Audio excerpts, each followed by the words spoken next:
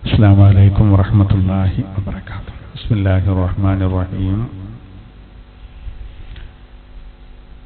الحمد لله رب العالمين والصلاة والسلام على أشرف المرسلين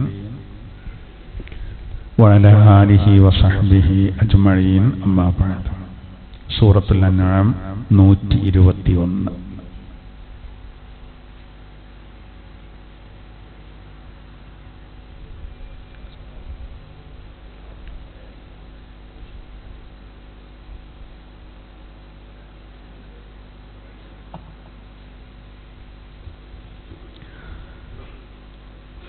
أعوذ بالله من الشيطان الرجيم. بسم الله الرحمن الرحيم. ولا تأكلوا مما لم يذكر اسم الله عليه وإنه لفسق وإن الشياطين ليوحون إلى أوليائهم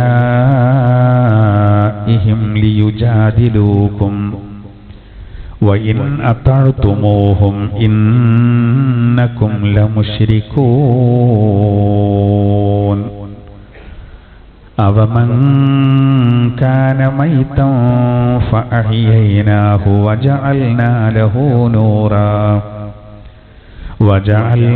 له نورا يمشي به في الناس كمن مثله في الظلمات ليس بخارج منها كذلك زين للكافرين ما كانوا يعملون. وكذلك جعلنا في كل قرية أكابر مجرميها ليمكروا فيها وما يمكرون إلا بأنفسهم وما يشعرون. صدق الله العلي العظيم.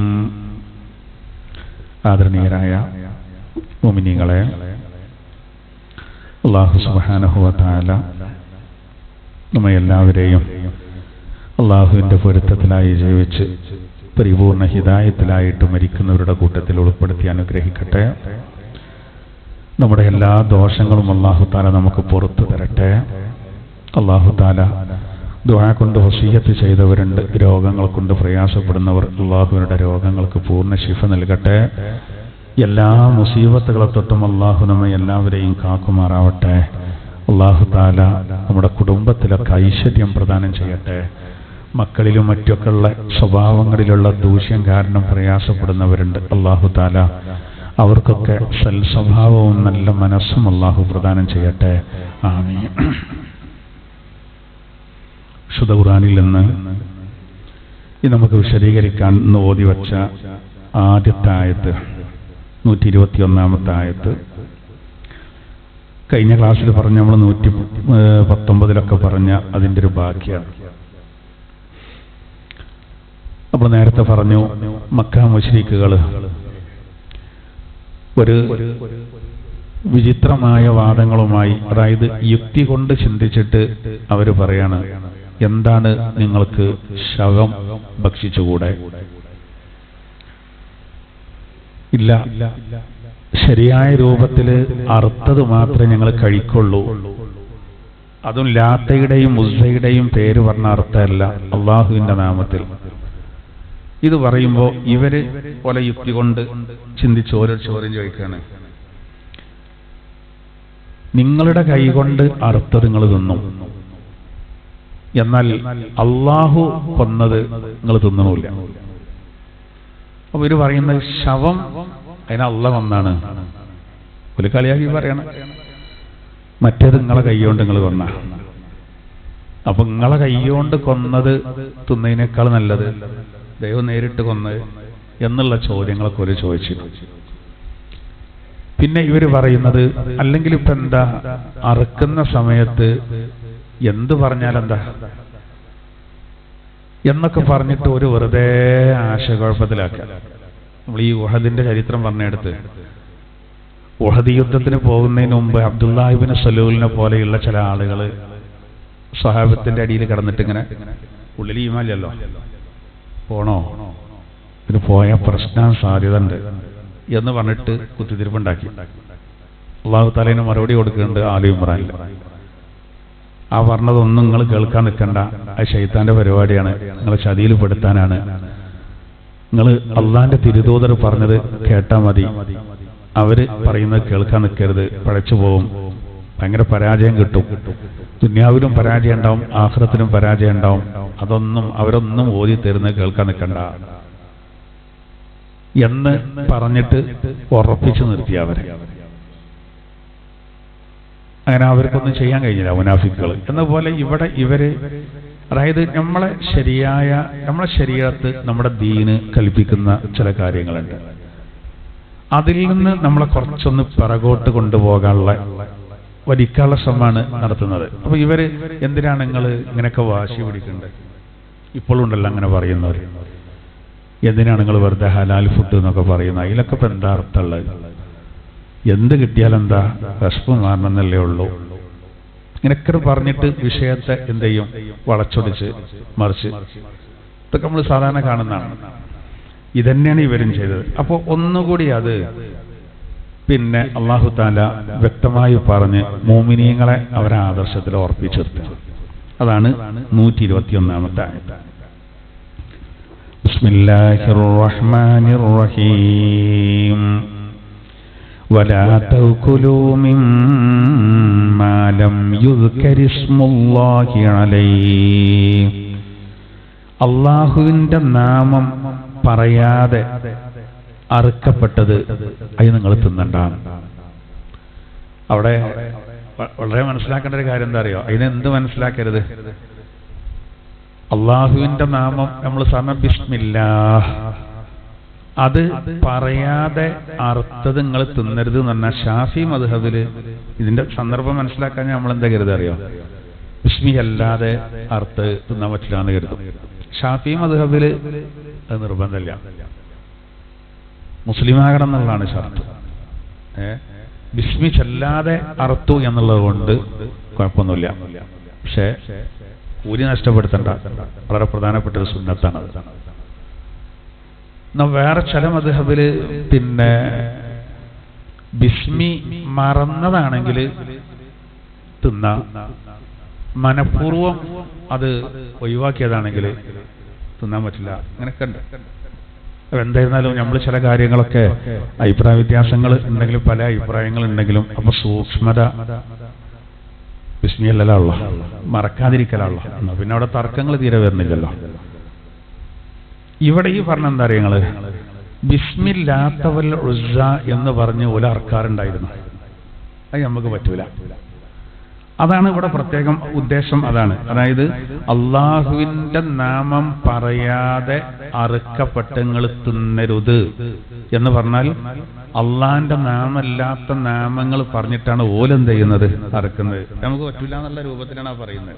എന്നാ പിന്നെ നമ്മള് അള്ളാഹുവിന്റെ നാമം കൊണ്ടാണ് നമ്മൾ അറുക്കേണ്ടത്. അപ്പോ പിന്നെ അള്ളാഹു അല്ലാത്ത ആരാധ്യ വസ്തുക്കളുടെ പേര് പറഞ്ഞുകൊണ്ട് അർത്ഥം എന്ത് എന്നാലും പറ്റൂല. നമ്മൾ അറുക്കേണ്ടത് അള്ളാഹുവിന്റെ നാമത്തിലാണ്. ഇതാണ് അവിടെ വിശദീകരിക്കുന്നത്. അത് അറവിന് ഒരുപാട് നിബന്ധനകളുണ്ടല്ലോ. പെട്ടൊരു കാര്യം,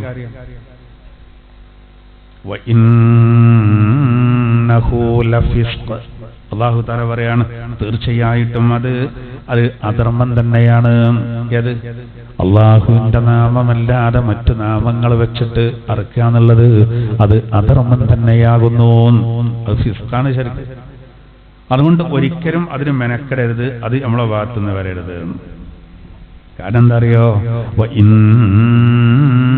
الشياطين ليوحون إلى أوليائهم ليجادلوكم. الله പറയാണ് وإن الشياطين, തീർച്ചയായിട്ടും ശൈത്താന്മാര് ലയൂഹൂന ഇലാ ഔലിയാഇഹിം, അവരുടെ അവരുടെ മിത്രങ്ങൾക്ക് ബോധനം നൽകും. എന്ത്? ലിയുജാദിലൂക്കും, നിങ്ങളോട് അവർ തർക്കിക്കാൻ. പിശാചുക്കൾ എന്ത് ചെയ്യും? ശൈത്താന്മാര് അവരുടെ മിത്രങ്ങളോട് നിങ്ങളോട് തർക്കിക്കാൻ ബോധനം നൽകുന്നു. മക്കത്തെ മുശ്രിക്കീങ്ങൾ വെറുതെ തർക്കണ്ടാക്കാണ്. ഓൽക്ക് മേൽപ്പുരല്ല, തീപ്പൊരി പേടിക്കേണ്ടതില്ല. നമുക്ക് അങ്ങനല്ല. നമുക്ക് എല്ലാ വിഷയത്തിലും കാഴ്ചപ്പാടുകളുണ്ട്, എങ്ങനെയൊക്കെ ചെയ്യണം എന്നുള്ളത്. പുറത്തുള്ളവരെന്തും പറയാലോ. ഇപ്പൊ നമ്മളൊക്കെ സുഹൃത്തുക്കൾ ചിലപ്പോ മറ്റുള്ള മതസ്ഥരൊക്കെ ഉണ്ടെങ്കിൽ ഓൽക്ക് എല്ലാ കാര്യങ്ങളൊന്നും ബോധ്യം വരൂല. അപ്പൊ നമ്മളെന്ത് ചെയ്യണം? നമ്മളെ കാര്യങ്ങൾ പോലെ എന്താ വിചാരിക്കാവോ എന്ന് കരുതരുത്. നമ്മളതിൽ ഉറച്ചു നിൽക്കണം. അതിനെപ്പറ്റി പരിചയം ഇല്ലാത്തവര് അതിലൊക്കെ ഇപ്പൊ എന്താ? നമ്മള് പരിചയം ഉണ്ടെങ്കിൽ തന്നെ പിന്നെ ചിലപ്പോ നമ്മൾ എന്ത് ചെയ്യും? പെട്ടുപോകും. പിന്നെ ഇല്ലാത്തവരത് പറയണോ? അപ്പൊ ഇവിടെ അള്ളാഹു പറയുന്ന എന്താ അറിയോ? ഓരെന്തേലൊക്കെ ഇങ്ങനെ പറയുമ്പോ അതിനൊന്നും കൂടി കൊടുക്കണ്ട, അതിൽ ശരിയുണ്ടോ എന്ന് ആലോചിക്കണ്ട. കാരണം പിശാജ് അവരെ മിത്രങ്ങളോട് പറഞ്ഞാൽ ഈ മിത്രങ്ങൾ വരാണ്. പിശാജ് ഷെയ്ത്താന് അവരുടെ മിത്രങ്ങൾ എന്ന് പറഞ്ഞാല് നമ്മളൊക്കെ ചിലപ്പോൾ ഷെയ്ത്താന്റെ മിത്രങ്ങളായി വരും ചില ഘട്ടങ്ങളിൽ. പിശാജ് പറഞ്ഞതിനനുസരിച്ച് നമ്മൾ തെറ്റിൽ മുഴുകണം. നമ്മൾ ആ രൂപത്തിലാണ്. അപ്പോ പിശാജ് അവരുടെ മിത്രങ്ങൾ, ഈ സത്യനിഷേധികൾ, ഈ ബഹുദൈവ ആരാധകർ, അവർക്ക് സന്ദേശം കൊടുക്കുകയാണ്. എന്താ സന്ദേശം കൊടുക്കുന്നത്? എന്താ സന്ദേശം കൊടുക്കുന്നത്? ബോധനം നൽകുന്നത് മുസ്ലിമീങ്ങളോട് തർക്കിച്ചോളൂ. മുസ്ലിമീങ്ങളോട് തർക്കിച്ചോളൂ എന്നുള്ള ബോധനം എന്ത് ചെയ്യും? അവർ നൽകും. വഇൻ അതഅ്തുമൂഹും, നിങ്ങൾ അവർക്ക് വഴിപ്പെട്ട് കഴിഞ്ഞാൽ ഇന്നക്കും ലമുശ്രികൂൻ, നിങ്ങളും പങ്കുകാരായി മാറും. നിങ്ങൾ അത് സ്വീകരിച്ചിട്ട് ഓല ദുർബോധനം അത് കേട്ട് അതിനനുസരിച്ച് കൂടി കൊടുത്താല് അവസാനം ഉണ്ടാകാൻ പോകുന്ന എന്താണ്? നിങ്ങൾ അതിൽ പെടുട്ടോ. നിങ്ങളും അതിൽ പെടും, നിങ്ങളും മുശ്രിക്കീങ്ങളാവും. അതുകൊണ്ട് അവര് ഓതിത്തരുന്നത്, അവര് പറയുന്നത് ഒരിക്കലും നമ്മൾ കേൾക്കേണ്ടതില്ല എന്നാണ് പറയുന്നത്. എന്താ? ഇവര് പല വഴിയും സ്വീകരിക്കുകയും പഴയ വഴി സ്വീകരിക്കും. എത്രത്തോളം പറഞ്ഞാല് പിന്നെ അഹ്കാഫ് സൂറത്ത്, ഹിജ്ർ സൂറത്ത്, അതുപോലെ ജിന്ന് സൂറത്ത്, ഇങ്ങനെയുള്ള സൂറത്തുകളിലൊക്കെ ഈ ജിന്നുകളിൽ കൂട്ടത്തിൽപ്പെട്ട ശൈത്താന്മാര് ആകാശ ലോകത്ത് വെച്ച് മലക്കുകൾ ചർച്ച ചെയ്യുന്നത് ഈ കട്ട് കേൾക്കുന്നതിനെ പറ്റി അള്ളാഹു പറയുന്നുണ്ട്. അപ്പൊ ഇവര് വിഷയം വളച്ചൊടിച്ചു മക്ക മുശ്രിക്കീങ്ങള്. അതായത് ഇവര് പറഞ്ഞെന്തറിയോ? താങ്കൾ ഈ ഓതി തരുന്ന വചനങ്ങള് ഒരു പക്ഷേ, അതായത് നിബിധങ്ങൾ ഇങ്ങനെ പറഞ്ഞു, ഈ ജ്യോത്സ്യന്മാര് എന്ന് പറയുന്നത് അത് പിശാചുക്കളുടെ മിത്രങ്ങളാണ്. അപ്പോ ഈ ശൈത്താന്മാര് മലക്കാള് ചർച്ച ചെയ്യുന്ന കാര്യങ്ങൾ കട്ട് കേട്ടിട്ട് അത് ആർക്ക് എത്തിച്ചു കൊടുക്കും? പിന്നെ ജ്യോത്സ്യന്മാർക്ക് എത്തിച്ചു കൊടുക്കും. അതിൽ സത്യം ഉണ്ടാവും. നടക്കാൻ പോകേണ്ട കാര്യങ്ങൾ ഈ കാരണം നമ്മൾ ജ്യോത്സ്യന്റെ അടുത്ത് പോയിട്ട് ചോദിക്കണമല്ല. ഞങ്ങളിപ്പോ അടുത്ത പിന്നെ തിങ്കളാഴ്ച കല്യാണം ഉദ്ദേശിക്കുന്നുണ്ട്, മഴ ഉണ്ടാവുമോ? വെള്ളമൊന്നും ഇങ്ങനെ കണക്ക് നോക്കിയിട്ട് പറഞ്ഞു. അന്ന് നല്ല മഴയേക്കാരം. പന്തല്, ശീലപന്തല് മതിയാവില്ല, മറ്റേ പന്തലിന് അടിച്ചോളി. എന്നാ ശരി. അങ്ങനെ ചുരുക്കം പറയാം, പെരും മഴ. പിന്നെ നമ്മൾ ഇനി ഇയാളോട് എത്ര പറഞ്ഞാലും മനസ്സിലെന്തേക്കാരം മോചരെ ഞങ്ങൾ പറയും പോലെ ഒന്നുമല്ല. അത് അയാൾ പറഞ്ഞ അതേമാർക്കാ സംഭവിച്ചത്. ഇങ്ങനെ ചിലപ്പോൾ സംഭവിക്കും. എന്താ സംഭവം എന്ന് വെച്ചാൽ, മഴ കൊണ്ട് ഏൽപ്പിക്കപ്പെട്ട മലക്കുകൾ പറയുന്നത് ആകാശലോകത്തോട് ചർച്ച ചെയ്യും. അത് കട്ട് കേൾക്കും. അങ്ങനെ ഒരു സംവിധാനം ഉണ്ട്. അപ്പൊ അത് എത്തിച്ചു കൊടുക്കും. എല്ലാം ശരിയാവില്ല, 100 കളവോലി ചേർക്കുന്നതാണ്. ഇതിനെ വിധങ്ങൾ വിശദീകരിച്ചപ്പോൾ ഇവർ വിഷയം മറിച്ചിട്ട് ഇവർ പറഞ്ഞു, അങ്ങനെയാണ് ഇപ്പൊ താങ്കള് ഈ ഖുർആനെ ഞങ്ങൾക്ക് ഓയി തരുമ്പോ അതൊക്കെ ചിലപ്പോൾ പിശാചുക്കളുടെ വചനം ആകാലോ. കാരണം ഈ ഖുർആന്റെ വചനേറ്റവും വരുന്നത് ജിബ്രീൽ എന്ന മലക്കാണെന്ന് താങ്കൾ പറയുന്നുണ്ട്. അപ്പൊ അത് ഒരു പക്ഷേ ഇവര് ഐക്യന്തേലൊക്കെ കൂട്ടിയിട്ട് പറയുണ്ടാവുമല്ലോ എന്നോ. അപ്പൊ അള്ളാഹു തആല മറ്റൊരായത്തിൽ പറയുന്നുണ്ട്, ഇവര് തിരിപ്പിക്കാൻ നോക്കുകയാണ്, നമ്മൾ ആശയക്കുഴപ്പത്തിലാക്കാണ്. അള്ളാഹു ആയത്തിറക്കി ഒരിക്കലും ഉണ്ടാവില്ല. കാരണം എന്താണ്? ഈ പിന്നെ ഒരു കാലത്ത് അങ്ങനെ ഉണ്ടായിരുന്നു, പക്ഷെ എപ്പോഴും അത് നടക്കൂല. പ്രത്യേകിച്ച് ഖുർആന്റെ വചനങ്ങളുമായി ജിബ്രീൽ എന്ന മലക്ക് വരുമ്പോ അത് സാധാ വരവാവില്ല. അത് വേറെയും കുറെ മലക്കളൊപ്പം ഉണ്ടാവും. അതിൻ്റെ ഒന്നും ആവശ്യമില്ല. പടച്ചോൻ കാവല് നൽകും. ഇത് വേറുള്ളവരെ ബോധ്യപ്പെടുത്താനാണ്. വേറുള്ളവർ പോയി. ഇപ്പോൾ അൻആം സൂറത്തിൽ കുറെ ഗൗരവമുള്ള വിഷയങ്ങളാണ് വരുന്നത്. ഈ സൂറത്ത്, അൻആം സൂറത്ത് നമ്മൾ ഇന്നാളെ പറഞ്ഞിട്ടുണ്ട്, ഇത് ഒന്നായിട്ട് ഇറങ്ങിയാണല്ലോ. ഈ അൻആം സൂറത്ത് ഇറങ്ങുമ്പോൾ ജിബ്രീൽ അലൈഹിസ്സലാത്തു വസ്സലാമിന്റെ കൂടെ 80,000 മലക്കാളുണ്ടായിരുന്നു. അകമ്പടി സേവിച്ച് ഒരു പിശാചിനോട് അടുക്കാൻ കഴിയില്ല. പിന്നെ ഹിജ്ർ സൂറത്തിൽ പറയുന്നുണ്ടല്ലോ, അങ്ങനെ കട്ട് കേൾക്കാനും തട്ടിയെടുക്കാനും വന്നാല് ജ്വാലകൾ അവർക്ക് നേരെ അയക്കുന്നാണ് ഹിജ്ർ സൂറത്തിൽ പറയുന്നത്. തീജ്വാലകൾ, നക്ഷത്രങ്ങളിൽ നിന്ന് ഒരു തരം ജ്വാലകൾ അവർക്ക് നേരെ അയക്കും. അങ്ങനെ ആട്ടി ഓടിക്കപ്പെടും അവരെന്നാണ്. അപ്പൊ പല നിലക്കും ആശയക്കുഴപ്പത്തിലാക്കാൻ നബി സല്ലല്ലാഹു അലൈഹി വസല്ലം തങ്ങളുടെ കാലഘട്ടത്തിൽ അവര് ശ്രമിച്ചു. ഒരു ബന്ധമില്ലാത്ത വിഷയങ്ങൾ പറഞ്ഞു കാണാൻ എന്ത് ചെയ്യും, ഇവര് വിഷയത്തെ മറിച്ചിടാൻ ശ്രമിക്കും. അതാണ് ഇവിടെ ഈ ആയത്തിൽ പറയുന്നത്. ഇവര് പറയാനുള്ള എന്തിനാണ് ഇപ്പൊ ഒരു അറിവ് ഇങ്ങനെ കുറെ നിബന്ധന, ആര് പേര് പറഞ്ഞാൽ എന്താ തിന്നൂടെ, വേണ്ട, നിങ്ങൾ അള്ളാഹുവിന്റെ പേര് അല്ലാത്തത് കൊണ്ടുള്ള ആർക്കും നിങ്ങൾ അതൊന്നും കഴിക്കണ്ട. ഇന്ന ശയാത്തീന ലയൂഹൂന, ശൈത്താന്മാര് നിങ്ങൾക്ക് ബോധനം നൽകും. ആർക്ക്? ഇലാ ഔലിയാഇഹിം, അവരുടെ മിത്രങ്ങൾക്ക്. അള്ളാന്റെ ഔലിയാക്കൾ എന്ന അള്ളാന്റെ മിത്രങ്ങള്, ശൈത്താന്റെ ഔലിയാക്കൾ എന്ന ശൈത്താന്റെ മിത്രങ്ങള്. ശൈത്താന്റെ മിത്രങ്ങളാണ് ഇവര്. അവർക്ക് ശൈത്താൻ ബോധനം നൽകുകയാണ്. എന്താ ബോധനം നൽകുന്നത്? ലിയുജാദിലൂക്കും, നിങ്ങളോട് തർക്കിക്കാൻ ആവശ്യമായതൊക്കെ അവരിട്ട്. അത് ഒരു തന്ത്രാണത്, അതൊരു തന്ത്രാണ്. അല്ലാഹു തആല പറയാണ്, നോക്കൂ. എന്നിട്ട് അല്ലാഹു പറയാണ്, വ ഇന്ന തഅതുമൂഹും, നിങ്ങൾ അവർക്ക് വഴിപ്പെട്ട് കഴിഞ്ഞാൽ ഇന്നക്കും ലമുശ്രികൂൻ, തീർച്ചയായിട്ടും നിങ്ങളും മുശ്രിക്കീങ്ങളാകുന്നതാണ്. നിങ്ങളും മുശ്രിക്കീങ്ങളായി പോകും. അതുകൊണ്ട് അവർക്ക് വഴിപ്പെടണ്ട, നിങ്ങൾ ഈ വിഷയത്തിലൊക്കെ നമ്മൾ പറഞ്ഞോടുത്ത് നിന്നോളി എന്നാണ്. അപ്പൊ അതിന്റെ നിബന്ധനകളൊക്കെ പാലിക്കും. ഇനിയിപ്പോ നമ്മളൊക്കെ ചില ആൾക്കാരൊക്കെ ചോദിക്കും, അതിനെന്താ കുറെ അങ്ങനെ പിന്നല്ലേ മതങ്ങൾ. ഇപ്പൊ ഗുരുവായൂർ ക്ഷേത്രത്തിന്റെ അവിടെ പോയിട്ട് അവിടുത്തെ ഒരു വിഗ്രഹത്തിന് ഒരു പൂമാലയൊക്കെ ഇട്ടെടുത്തു. നമ്മളെ കൂട്ടത്തുനിന്ന് പോയൊരു പെൺകുട്ടി ഉണ്ടല്ലോ, കണ്ണന്റെ ഫോട്ടോ വരച്ചുകാണ്ട് ഉപജീവനം നയിക്കുന്നുണ്ട്. അങ്ങനെ സാമൂഹ്യ മാധ്യമങ്ങളിലൂടെ ഒക്കെ നിരന്തരം വന്നിട്ട് ഇസ്ലാമിനെ അപകീർത്തിപ്പെടുത്താൻ ശ്രമിക്കാറുണ്ട്. ഇതൊന്നും വലിയ കുഴപ്പമുള്ള കാര്യമല്ല. കുഴപ്പമില്ല, പേര് മാറ്റിയാൽ മതി, ഇവർക്ക് യാതൊരു കുഴപ്പമില്ല. എന്നാൽ അവിടെയും തടസ്സം വരൂല.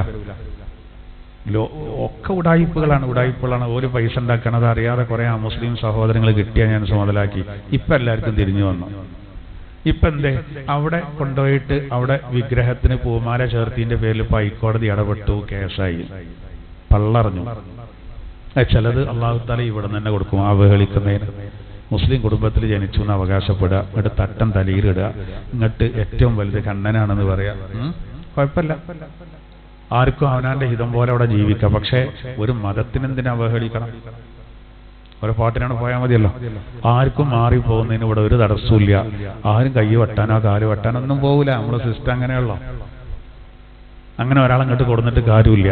പിന്നെ എന്തിനാണ് ഈ പരിപാടി?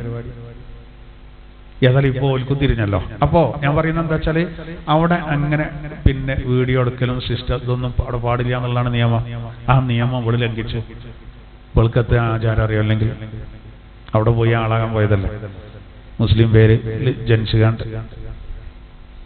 അപ്പൊ നമ്മൾ പറയാൻ പറ്റും, എന്താ ഒരു ഫോട്ടോ എടുത്തോണ്ട് എന്താ വരാൻ? അല്ലല്ല, അത് ഓരോന്നിനും അതിൻ്റെത്. അതാണ് മതങ്ങൾ എന്ന് പറയുന്നത്. മതങ്ങൾ തന്നെ. നമുക്ക് പള്ളിക്ക് കുറെ നിബന്ധനകളുണ്ട്. നമുക്ക് 2 റക്അത്ത് തഹിയ്യത്തുണ്ട്, നമ്മളെ ഖുർആൻ പാരായണം, നമുക്ക് പള്ളിയോടനുബന്ധിച്ച് ഒരുപാട് കാര്യങ്ങളുണ്ടല്ലോ. നമ്മളെ ജമാഅത്ത്, നമ്മുടെ ജുമുഅ, നമ്മുടെ മറ്റുള്ള കാര്യങ്ങൾ, അത് അതിന്റെ രീതി. എന്താ അങ്ങനെ ആയിക്കൂടെ? അങ്ങനെ ആയിക്കൂടെ? നിങ്ങൾക്ക് എന്താ ഈ വാങ്ങിന്റെ സമയം ഒന്ന് മാറ്റിക്കൂടെ? ഒന്നായിട്ടാക്കിക്കൂടെ? ഇതൊന്നും പറയാൻ പാടില്ല.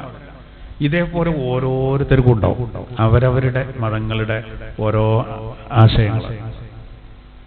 പക്ഷെ നമ്മളത് മാത്രമേ എല്ലാവരും പിടികൂടലുള്ളൂ. ഇപ്പൊ നമ്മൾ മൊബൈലൊക്കെ തുറന്നു നോക്കിയാൽ കേരളത്തിലെ മുസ്ലിമീങ്ങൾ മൊത്തം വീട്ടിൽ പ്രസവിക്കാൻ തീരുമാനിച്ചുകൊണ്ടെന്ന് തോന്നിപ്പോകുന്ന രൂപത്തിലുള്ള ചർച്ചകൾ നിങ്ങൾ ശ്രദ്ധിച്ചില്ലേ? നമ്മൾ സാധാരണ ബോർഡ് കാണാം, വീട്ടിലെ ഊണ്.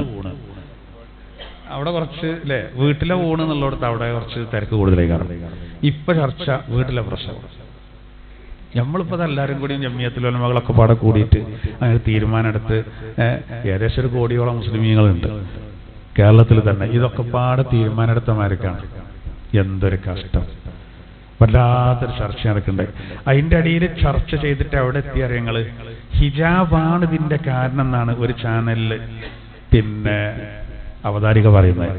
ഹിജാബ്, അതായത് നമുക്ക് മറ വേണമെന്നുള്ളൊരു നിബന്ധന ഉണ്ടായതുകൊണ്ട് ഈ മുസ്ലിം പുരോഹിതന്മാരൊക്കെ പിന്നെ പെണ്ണുങ്ങളുടെ അവരുടെ ചില ഭാഗങ്ങൾ ഡോക്ടർമാർ കാണുന്ന പാടില്ല എന്ന് പറഞ്ഞുകൊണ്ടാണ് ഈ ചെയ്യുന്നത്. എത്ര ഇടങ്ങാറാണ് അങ്ങനെയൊക്കെ പോകണമെങ്കിൽ അറിയാം. നേരെ പോകുന്ന വിഷയത്തെ മറിച്ചിടാണ്. ഇത് കേട്ടാൽ തോന്നിപ്പോൾ ഈ പറയുന്ന ആളുകളൊക്കെ ഔറത്തൊക്കെ വെളിവാക്കി എല്ലായിടത്തും വെളിവാക്കാൻ തയ്യാറാണ്. ഓരോരോ ഹോസ്പിറ്റലിലൊക്കെ പോയിട്ട് ലേബർ റൂമിൽ ഒരു രഹസ്യ ക്യാമറ ഉണ്ടെന്ന് അറിഞ്ഞോക്കട്ടെ, ഈ ഇതൊക്കെ നിൽക്കും, ഈ വർത്താനൊക്കെ നിൽക്കും. ഈ പറയുന്ന ആളുകളും ഹിജാബിനെതിരെ ശബ്ദിക്കുന്ന ഇവരൊക്കെ വേഷം ധരിച്ചിട്ടുണ്ടല്ലോ, ഓരും വസ്ത്രം ധരിച്ചിട്ടുണ്ട്, ഫുള്ള് ധരിക്കാതെ ആരുമില്ല. ഓല് ധരിച്ചെങ്കിലും കുറച്ചും കൂടി നമ്മളാൾക്കാർ കൂട്ടിയിട്ടുണ്ട്, അത്രേ ഉള്ളൂ. താരതമ്യേന ചിലർക്ക് കുപ്പായത്തിന്റെ കഞ്ച് പിന്നെ ഈ മുട്ടിൻ കയറും ഉണ്ടാവും, ചിലർക്ക് കുറച്ചും കൂടി മേലേക്കാരം, ചിലർ കക്ഷം വരെ വെളിവാക്കിയിട്ടാണ് ഇപ്പത്തെ പുതിയ വസ്ത്രം ധരിക്കുന്നത്. തീരെ ഇല്ലാതെ നമ്മളെ ഈ ഏരിയയിലൊന്നും ആരും കാണുന്നില്ല. അപ്പൊ താരതമ്യേന എല്ലാവർക്കും ഉണ്ട് സാധനം, നമ്മൾ കുറച്ച് കൂട്ടിയെന്നുള്ളൂ. അതിൽ ഇവരെന്തിനാ ബേജാറാകണ്ട? എന്നിട്ട് നമ്മളെല്ലാരെയും ഒരുപോലെയാണെന്ന് പറഞ്ഞിട്ട് എന്നാ ഈ ആഴ്ച തന്നെ ഇപ്പൊ ആശുപത്രിയിൽ നിന്ന് ഒരു മരണം നടന്നിട്ടുണ്ട്, തീരെ ചർച്ച വന്നില്ല. ആശുപത്രിയിൽ പ്രസവാനന്തരം ഒരു പെണ്ണ് ഈ ആഴ്ച മരിച്ചിട്ട് അത് തീരെ ചർച്ച വന്നില്ല. പക്ഷെ ഇത് നമുക്ക് പറയാൻ പേടിയാണ്. എന്താ അറിയോ, നിങ്ങളും പറഞ്ഞു കൊണ്ടുവരേണ്ട വീട്ടിൽ നിന്നാകാമല്ലേ, നിങ്ങൾ ഇതിനെ പ്രൊമോട്ട് ചെയ്യാണോ എന്ന് തോന്നിപ്പോ അല്ലെ? നമ്മളിപ്പോ അതിൻ്റെ ഉള്ള വസ്തുത പറയാന്നേ ഉള്ളൂ. വസ്തുത പറയും. ഇന്നത്തെ കാലത്ത് പറയുമ്പോൾ എല്ലാം ശ്രദ്ധിക്കണേ. ഈ പ്രസവം എന്നുള്ളത് പ്രകൃതിപരമാണ്. പ്രസവം എന്നുള്ളത് പ്രകൃതിയിൽ ദൈവം നിശ്ചയിച്ചതാണ്. അത് മനുഷ്യർക്കുമല്ല ഇതര ജീവികൾക്കൊക്കെ ഉള്ളതാണ്. ഇത് നമ്മൾ പറയുമ്പോൾ ശ്രദ്ധിച്ച് പറയാത്തോണ്ടാണ്. ആനപ്പ പ്രസവിക്ക ആശുപത്രിക്ക് പോയിട്ടാണ് ചോദിച്ചൊരു ഉസ്താദ്. അപ്പൊ ഇപ്പം അങ്ങോട്ട് കൂടി മൂപ്പര് പറഞ്ഞു തരേണ്ട എന്താണ്, ഇത് നോർമൽ സംഭവമാണ് എന്ന് പറഞ്ഞാൽ ഇത് പ്രകൃതിയിലുള്ളൊരു സംഗതിയാണെന്നാണ് പറഞ്ഞു വരേണ്ടത്. പക്ഷെ അത് മാത്രം എന്താ തോന്നുക, ആന ആശുപത്രി പോകണ്ട. അപ്പൊ ഇത് കേൾക്കും ഭയങ്കര പൊട്ടത്തിലാണ് പറയേണ്ടത്. അപ്പൊ നമ്മൾ നല്ലോണം ശ്രദ്ധിക്കണം. ഇന്നത്തെ കാലത്ത് സംസാരിക്കുമ്പോൾ ഒക്കെ ലൈവിൽ പോവുകയാണ്. ഇനിയിപ്പോ ലൈവിൽ പോണില്ലെങ്കിൽ ആരേലൊക്കെ റെക്കോർഡ് ചെയ്യണ്ട, നമ്മളറിയില്ല. റെക്കോർഡഡ് ആയിരിക്കും, അത് പുറത്തു പോകും. അപ്പൊ പുറത്ത് കേൾക്കാൻ പറ്റിയതകത്ത് പറഞ്ഞാൽ മതി, എന്നാൽ കുഴപ്പമില്ല എന്ന് കരുതി ഇപ്പൊ നമുക്ക് പറയാക്കാൻ പറ്റില്ല ചില കാര്യങ്ങൾ. ഇപ്പൊ ഒരു ക്രിസ്ത്യാനിയായ ഒരു വ്ളോഗർ അയാൾ ആ സത്യം തുറന്നു പറഞ്ഞു. അത് തുറന്നു പറഞ്ഞു. എന്തിനാണ് ഒരു കമ്മ്യൂണിറ്റിയെ മാത്രം ഇതിന്റെ പേരിൽ ആക്ഷേപിക്കുന്നത്? വീട്ടിൽ പ്രസവം ആഗ്രഹിക്കുന്ന ധാരാളം എല്ലാ മതത്തിൽപ്പെട്ട ആളുകളുണ്ട്, അതിനൊട്ടേറെ കാരണങ്ങളുണ്ട്. അത് ശരിക്ക് പറയുന്നുണ്ട്. നമ്മളെന്താ മനസ്സിലാക്കേണ്ട അറിയോ? ഇസ്ലാമിൽ ഇപ്പൊ എത്രയുള്ള കാര്യങ്ങള്, പെണ്ണിന്റെ സുരക്ഷയാണ് പ്രധാനം. പെണ്ണിന്റെ സുരക്ഷ അത് മാത്രമല്ലല്ലോ, എല്ലാ കാര്യവും അങ്ങനെ തന്നെയല്ലേ. പക്ഷെ ഈ ആരോപണം ഉന്നയിക്കുന്നതിൽ ഒരു കാര്യമില്ല. കാരണം ഇതുവരെ നമ്മളെ പറ്റി എന്താ പറഞ്ഞതിന്റെ കാര്യങ്ങള്, മുസ്ലിങ്ങൾ വെറും ആശുപത്രിന്റെ ആൾക്കാരാണ്. മലപ്പുറം ജില്ലയിലാണ് ഏറ്റവും കൂടുതൽ ഹോസ്പിറ്റല്. നമ്മളെ പറ്റി ഇവർ പറയല് സാധാരണ എന്താ, സംഘികളൊക്കെ എന്താ പറയല്, ഇവർക്ക് പിന്നെ ഒരു കുടുംബത്തിൽ ആരെങ്കിലും പ്രസവിച്ചാൽ ഉള്ള ഹോർലിക്സും ഉള്ള ബൂസ്റ്റും ഉള്ള ഓറഞ്ചും ഉള്ള ആപ്പിളും ഉള്ള ലേഹിയും ഒക്കെ കാടെ കൊണ്ട് ഇവർ കുട്ടികളും മക്കളും എല്ലാവരും കൂടി ആശുപത്രിക്ക് വരികയാണ്. എറണാകുളത്തെ ഒരു ഹോസ്പിറ്റലിൽ സെക്യൂരിറ്റി ആയി നിന്ന ഒരാള് പിന്നെ നമ്മളെ മലപ്പുറം ജില്ലയിലെ ഹോസ്പിറ്റലിലും സെക്യൂരിറ്റി ആയിരുന്നു. അയാള് എന്നോട് പറഞ്ഞു, അവിടൊക്കെ അയാൾ എറണാകുളത്താരനാണ്, അവിടൊക്കെ ഒരാളെ ആശുപത്രിക്ക് കൊടുന്നാല് ഡോക്ടർ അഡ്മിറ്റ് ആക്കണം നിർബന്ധം പറഞ്ഞതിന്റെ ശേഷമാണ് പിന്നെ പെരി പോയിട്ട് സാധനങ്ങളൊക്കെ കൊണ്ടുവരിക. മലപ്പുറത്ത് വന്നപ്പോ അഡ്മിറ്റ് ആക്കേണ്ടതിന്റെ മുമ്പ് ആദ്യം നിൽക്കാനുള്ള പോലെ സാധനങ്ങളൊക്കെ റൂമിൽ റെഡിയാക്കിയിട്ടാണ് അഡ്മിറ്റിന്റെ വിവരം തന്നെ അറിയില്ല. അത്ര വ്യത്യാസമാണ് നിങ്ങളും അവിടെ ഉള്ള ആൾക്കാരും. നമ്മളെ പറ്റിയാണ് പറയേണ്ടത്. അത് നമ്മൾ വെറും ആശുപത്രിന്റെ ആൾക്കാരെന്നാ ഇതുവരെ പറഞ്ഞിട്ടുണ്ട്. ഇപ്പൊ പറയേണ്ടത് എന്താ അറിയോ, മുസ്ലിം പുരോഹിതന്മാരൊക്കെ ആശുപത്രിയിൽ പോകണ്ടെന്നാ പറയേണ്ടത്. നേരെ തിരിച്ചു. വലിയ അർത്ഥമുണ്ട് അതിൽ, ഒരർത്ഥമില്ല.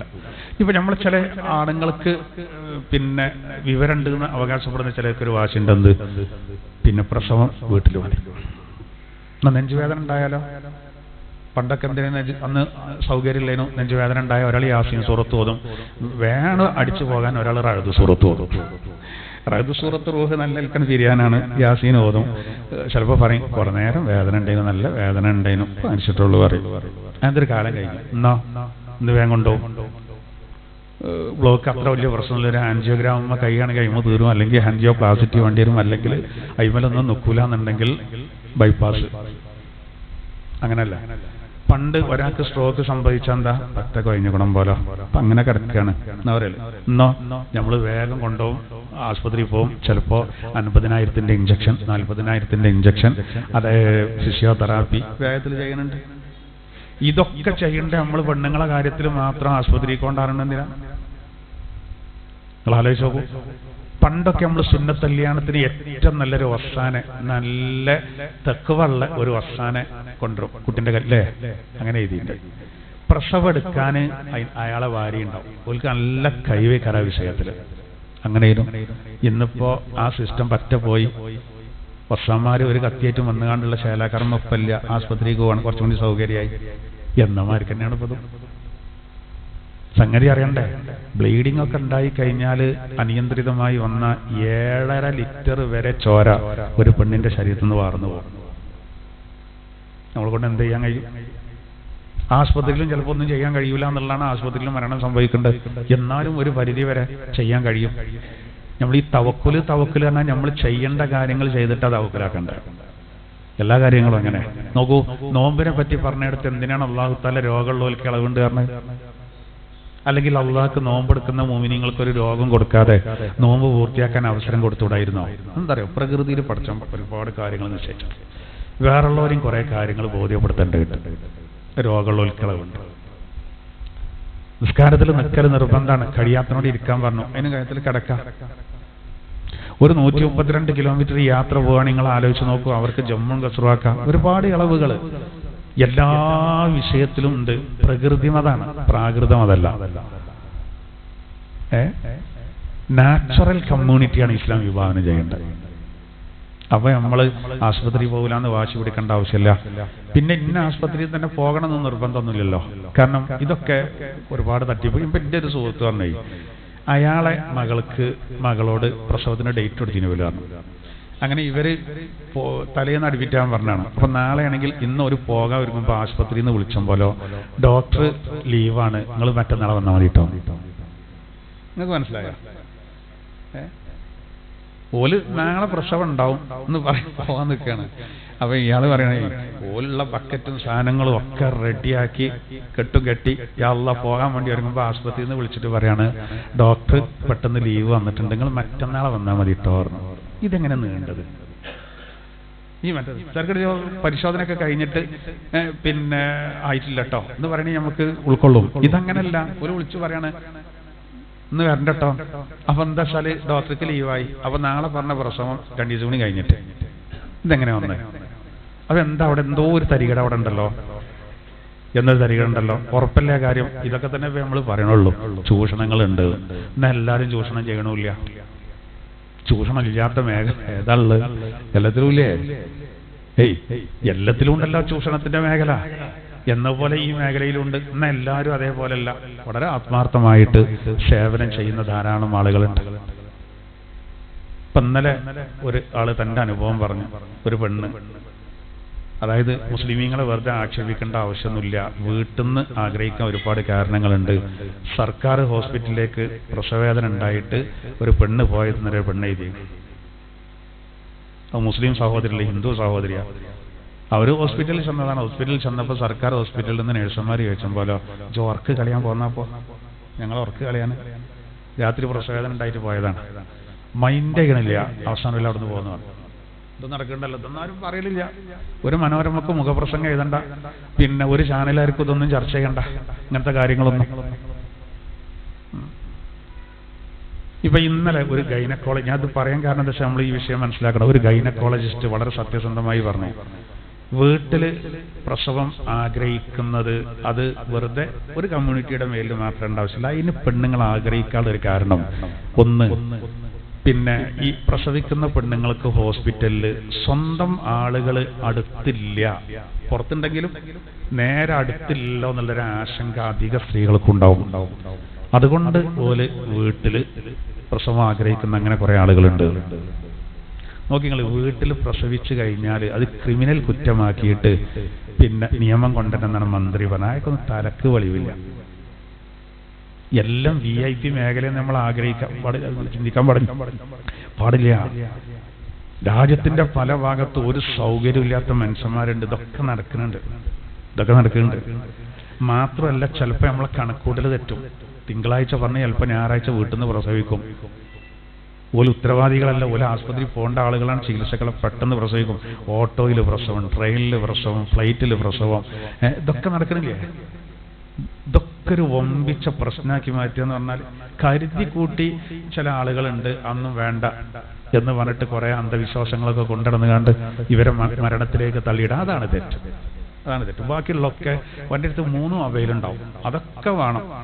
പുതിയ സംവിധാനങ്ങൾ എല്ലാം വേണം, ആധുനിക സൗകര്യങ്ങൾ. ഈ കാര്യത്തിൽ മാത്രം പെണ്ണുങ്ങളോട് വീട്ടിൽ നിന്ന് വെറ്റാൻ മതി. അതാണ് ശരിയല്ലാത്തത്. യൂറോപ്യൻ രാജ്യങ്ങളിലൊക്കെ എന്താ സിസ്റ്റം? വീട്ടിൽ നിന്നുള്ള പ്രസവാധികം നമ്മൾ പറയല്ല. പക്ഷെ ഓലെന്തായിന്ന് പ്രസവവേദന വരുന്ന ആ സമയമാകുമ്പോഴേക്ക് ഒരു വീട്ടിലേക്ക് ഡോക്ടർമാരും നഴ്സുമാരും വരികയാണ്. എന്നിട്ട് പരിശോധന നടത്തിയിട്ട് നോർമൽ പ്രസവമാണെങ്കിൽ അവിടെ തന്നെ നടത്തും, ഇല്ലെങ്കിൽ ആശുപത്രിയിലേക്ക് കൊണ്ടുപോകും. പല സിസ്റ്റവും ഉണ്ട്.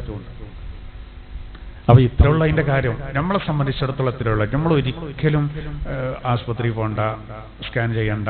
ഇതൊക്കെ അത്യാവശ്യ ഘട്ടങ്ങളിലൊക്കെ വേണ്ടി വരും. എന്താ കാരണം?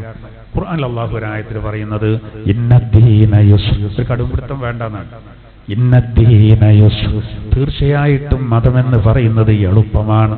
ഈ വേറെ ആയത്തിൽ പറയുന്നതോ യുരീദുല്ലാഹു ബികുമുൽ യുസ്ർ, അല്ലാഹു നിങ്ങളെ കൊണ്ട് ഉദ്ദേശിക്കുന്നത് എളുപ്പമാണ്. വലാ യുരീദു ബികുമുൽ ഉസ്ർ, അല്ലാഹു നിങ്ങളെ കൊണ്ട് ഞെരുക്കം ഉദ്ദേശിക്കുന്നില്ല. വേറെ ആയത്തിൽ പറയുന്നതോ ലാ യുകല്ലിഫുല്ലാഹു നഫ്സൻ ഇല്ലാ വുസ്അഹാ, ഒരാൾക്ക് കഴിയുന്ന കാര്യമല്ലാതെ ഒരിക്കലും അള്ളാഹു നിർബന്ധിപ്പിക്കൂല. ഈ ആയത്തുകളൊക്കെ വിശദീകരണത്തിൽ നമ്മുടെ ചികിത്സയും കാര്യങ്ങളൊക്കെ വരുന്നുണ്ട്.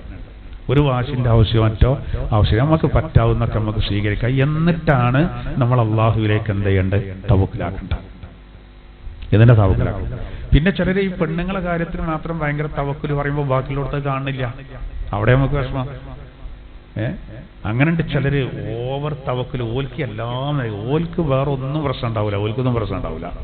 ഇപ്പൊ നമ്മൾ പറയില്ല വാഹനത്തിന്റെ വക അത്ര പ്രശ്നമാണ് ഇത്ര പ്രശ്നമാണ്. തമിഴ്നാട്ടിൽ നിന്ന് വന്ന ചില സഹോദരങ്ങളൊക്കെ റോഡിന്റെ സൈഡിൽ അമ്മി കൊത്തുന്നവരും പണിയെടുക്കുന്നവരും റോഡിന്റെ സൈഡിലുള്ള മരത്തിന്റെ കൊമ്പുമ്മ പഴയ സാരിയാണ് കെട്ടിയിട്ട് അതിലാണ് ചെറിയ പ്രസവിച്ചെടുക്കുന്ന കുട്ടിനെ കുരുന്നിനെ കിടത്തിയിട്ടുള്ളത്.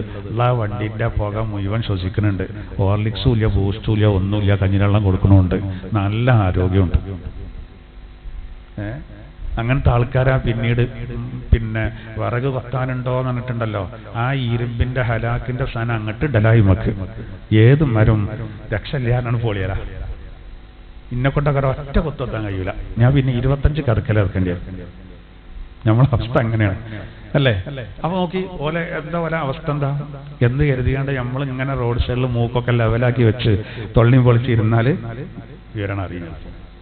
അത്രയുള്ളൂ ഇതിൻ്റെയൊക്കെ കാര്യം. അപ്പോ ഞാൻ പറയുന്നത് നമ്മൾ ശ്രദ്ധിക്കേണ്ട കാര്യങ്ങളൊക്കെ ശ്രദ്ധിക്കുക. ആദിവാസികളാണല്ലോ നിങ്ങൾ. ഒരു ആസ്പത്രിയില്ല, ഒരു സംഗതി ഇല്ല, അവിടെ ഇതൊക്കെ നടക്കുന്നുണ്ട്. മരണം നടക്കുന്നുണ്ടാവും, ബാക്കിയുള്ള കാര്യങ്ങളൊക്കെ ഉള്ള പോലെ. അപ്പൊ ഇപ്പൊ കത്തി നിൽക്കുന്നൊരു വിഷയമായതുകൊണ്ട് ഞാനൊന്ന് പറഞ്ഞു. നമുക്ക് ഇത്രേ ഉള്ളൂ സഹോദര. ബാങ്ക് കൊടുക്കണം വലത്ത് ചെവിയിൽ, ഇഖാമത്തും കൊടുക്കണം. ഇന്നി ഒളീദുഹാബിക വദുർറിയതഹ മിനശ് ശൈത്താനിർ റജീം വലത്തെ കാതില് ആലി ഇമ്രാനിലെ 36-ാം ആയത്തിന്റെ ആ ലാസ്റ്റ് ഒന്ന് ഓതണം. ഇതിപ്പോ നമുക്ക് ഏത് ആശുപത്രിയിലാണെങ്കിലും അള്ളാന്റെ തൗഫീഖോടുകൂടെ ഇപ്പൊ പറ്റും. അത് ആ പ്രസവം നടന്ന എന്തായാലും കുട്ടീനെ നമ്മളെടുത്തുകൊണ്ട് കൊടുന്നിട്ടില്ലേ? അതൊക്കെ ഇപ്പൊ ഏത് മതത്തിൽപ്പെട്ടവരാണെങ്കിലും നമുക്ക് ഇങ്ങനെ ഒരു സംവിധാനം ഉണ്ട് എന്നുള്ളവർക്കൊക്കെ അറിയാം. കുറഞ്ഞ ടൈം മതി, പിന്നെ ഒരു മധുരം കൊടുക്കലും ഉണ്ട്. ഇത്രയുള്ളൂ. ഇതിനിപ്പോ നമുക്ക് എന്താ പ്രയാസം? അപ്പൊ ആ വിഷയത്തിൽ പിന്നെ നമ്മളൊരു കടുംപിടുത്തത്തിന്റെ ആവശ്യം അവിടെ വരുന്നേല്ല. അത് നമുക്ക് ചെയ്യാൻ കഴിയുന്നുണ്ട്. ഞാൻ കുറച്ചൊരു ഹോസ്പിറ്റലിൽ വാങ്ങിക്കൊടുക്കാൻ സമ്മതിക്കൂല എന്ന് പറയുകയാണെങ്കിൽ ഓക്കെയാണ്ട് പോണ്ട, വേറുണ്ടല്ലോ ഇവിടെ. ചിലയിടത്തൊക്കെ നിങ്ങൾക്കറിയോ, നല്ല മതബോധമുള്ള നഴ്സുമാരെന്നെ ബാങ്ക് കാമത്തം കൊടുക്കുന്നുണ്ട്. ആ മട്ടം പോലെ ആദ്യം അത് കേൾപ്പിക്കുന്നുണ്ട്. റാഹത്തായില്ലേ? നമ്മൾ ചിലപ്പോൾ കൊടുക്കേണ്ടതിന് മുമ്പ് ഓരോന്ന് കൊടുത്തുക്കും. അങ്ങനത്തെ ഒക്കെ ഡോക്ടേഴ്സൊക്കെ ഉണ്ടെങ്കിൽ ഓരോ ജീവിതത്തിൽ വലിയ വർക്കത്തേക്കാറും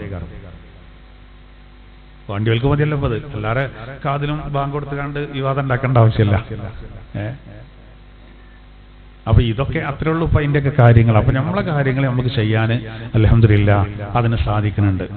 പിന്നെ നമ്മൾ അത്തരം കാര്യങ്ങൾ സ്വീകരിക്കുന്നതുകൊണ്ട് യാതൊരു കുഴപ്പമില്ല. അപ്പൊ ഇന്ന് നടക്കുന്ന വിവാദങ്ങളിലൊന്നും ഒരർത്ഥമില്ല. പിന്നെ ചില വിവാദങ്ങളൊക്കെ നമ്മൾ കണ്ണിമ്പിയാൽ മതി. അയി പെട്ടാണ് ഏത്. പിന്നെ ഇപ്പൊ നമ്മൾ സാധാരണ നമ്മളെ പറ്റി പറയല് ഹലാൽ ഫുഡ് കഴിക്കണ്ട, മുസ്ലിങ്ങളെ ഹോട്ടലിൽ നിന്ന് തിന്നരുത്, ഒരു തുപ്പിനുണ്ടായിക്കുന്ന അറിയില്ല. പക്ഷെ ആ പറയേണ്ട ആളാണ് റമളാൻ മാസം നമ്മൾ ഹോട്ടൽ തുറക്കാത്തതിന് കുട്ടിയതപ്പെടുന്നത്. ബിജെപിന്റെ മുൻ പ്രസിഡന്റ്. അതൊക്കെ ആ പ്രസിഡന്റ് സ്ഥാനം പോയതുകൊണ്ട് ഈ കള്ള് കുടിച്ച കുരങ്ങനെ തേളുത്തിയമാർക്ക് വല്ലാത്തൊരവസ്ഥയിലാണ്. എന്താ പറയേണ്ട അറിയണില്ല. അല്ലെങ്കിൽ രാമനാട്ടിറന്ന് പോന്നാല് പിന്നെ തൃശ്ശൂരിന്റെ അതിർത്തി എത്തുന്നത് വരെ റമളാൻ മാസം നോമ്പ് കാലത്ത് ഒരു തുള്ളി വെള്ളം ഇവിടെ ഒരാൾക്കും കിട്ടൂല എന്നാണ് മലപ്പുറത്തേക്ക്. കേൾക്കണം. ഞാനൊരു ക്ലാസ്സിന് പോകുമ്പോഴേ ഒരു കയറ്റങ്ങനെ കയറി കേട്ടോ വണ്ടിയിൽ, വളരെ സ്ലോവാണ് വണ്ടി. അപ്പോൾ അവിടെ റമളാൻ മാസം ഞാൻ ഉച്ചക്ക് ക്ലാസ്സിന് പോവാണ്. അപ്പോൾ അവിടെ ഒരു ഷെഡ് സ്പെഷ്യലായിട്ട് കെട്ടിയുണ്ട്. സ്ഥലമൊന്നും ഞാൻ പറയണില്ല, നമ്മളെ തൊട്ടടുത്ത് തന്നെയാണ് മലപ്പുറത്ത്. ഒരു സ്പെഷ്യലായിട്ട് ഉണ്ടാക്കിയ ഹിന്ദു സഹോദരങ്ങൾ ഉണ്ടാക്കിയ ഒരു ഹോട്ടലാണ് റമളാനിക്കുള്ള. അപ്പൊ ഞാൻ വണ്ടിയിൽ ഇരുന്നുകൊണ്ട് ഇങ്ങനെ വെറുതെ ഇങ്ങനെ നോക്കി അതിൻ്റെ ഉള്ളിൽ കിട്ടോ. അപ്പോൾ നമ്മളൊരാൾ ചാടിച്ചു. ഞാൻ ശരിക്ക് കണ്ടു. അയാൾ ഇന്നും നോക്കി, ഞാൻ അയാളെയും കണ്ടു. അയാളും തന്നെ ഉണ്ടല്ലോ ഈ സാധനം കൈ പിടിച്ച് ഇങ്ങനെ നിൽക്കുക, എൻ്റെ മുഖത്ത് പോയി കണ്ടു. ഇതാണ് നമ്മളെ മലപ്പുറത്തിന്റെ അവസ്ഥ. സുരേന്ദ്രൻ വേണി ഒരു ഹോട്ടൽ തുടങ്ങുകയാണെങ്കിൽ കച്ചവടം കിട്ടും. ഇങ്ങനെ കുറെ ആൾക്കാരെ കിട്ടും, കള്ളന്മാരെ. ഇവിടെ വലിയ വിലക്കുണ്ടാവും. പിന്നെ നമ്മൾ ഹോട്ടൽ തുറന്നുകാണ്ട് സൽക്കരിക്കുക അത് നടക്കൂല. കാരണം പല നമ്മളെ സഹോദരങ്ങളും നോമ്പ് കാലത്ത് ഹോട്ടലിന്റെ മെയിൻ്റനൻസ് ഒക്കെ അന്ന് നടത്തും. അല്ലെങ്കിൽ ഇബാദത്തിന് വേണ്ടിയിട്ടുള്ള, വേറെ ആരും മുടക്കല്ലല്ലോ, വേറുള്ളവർക്കൊക്കെ അവരോട് സൗകര്യം പോലെ. അത് മൗലികാവകാശമാണ്, തുറക്കണോ തുറക്കണ്ടേ. എന്നിട്ട് അതൊക്കെ പരസ്യമായിട്ട് പറഞ്ഞ അവഹേളിക്കുക എന്ന് പറഞ്ഞാല് ഇവിടെ നമ്മളെ കൂടെയുള്ള മുസ്ലിം സഹോദരങ്ങൾ എന്ത് ചെയ്യാണ്, ചിരിച്ചാണിത് കേട്ടിട്ട്. ഇതൊക്കെ എന്താ പറയുക, കുറച്ച് വർഗീയവാദികൾ കൂടെ നിൽക്കാനും സ്ഥാനം കിട്ടാനാണ് ഇങ്ങനെ പറയണ്ടേ. പക്ഷെ ഇത് പറയുമ്പോൾ മനസ്സിലാക്കണ്ടേ പൊതുസമൂഹത്തിനിടയിൽ എത്ര വഷളത്തരാണ്. ഇപ്പൊ ഈ രൂപത്തിലൊക്കെയാണ് കാര്യങ്ങൾ. അതാണ് ഇപ്പൊ വിവാദങ്ങളുടെ.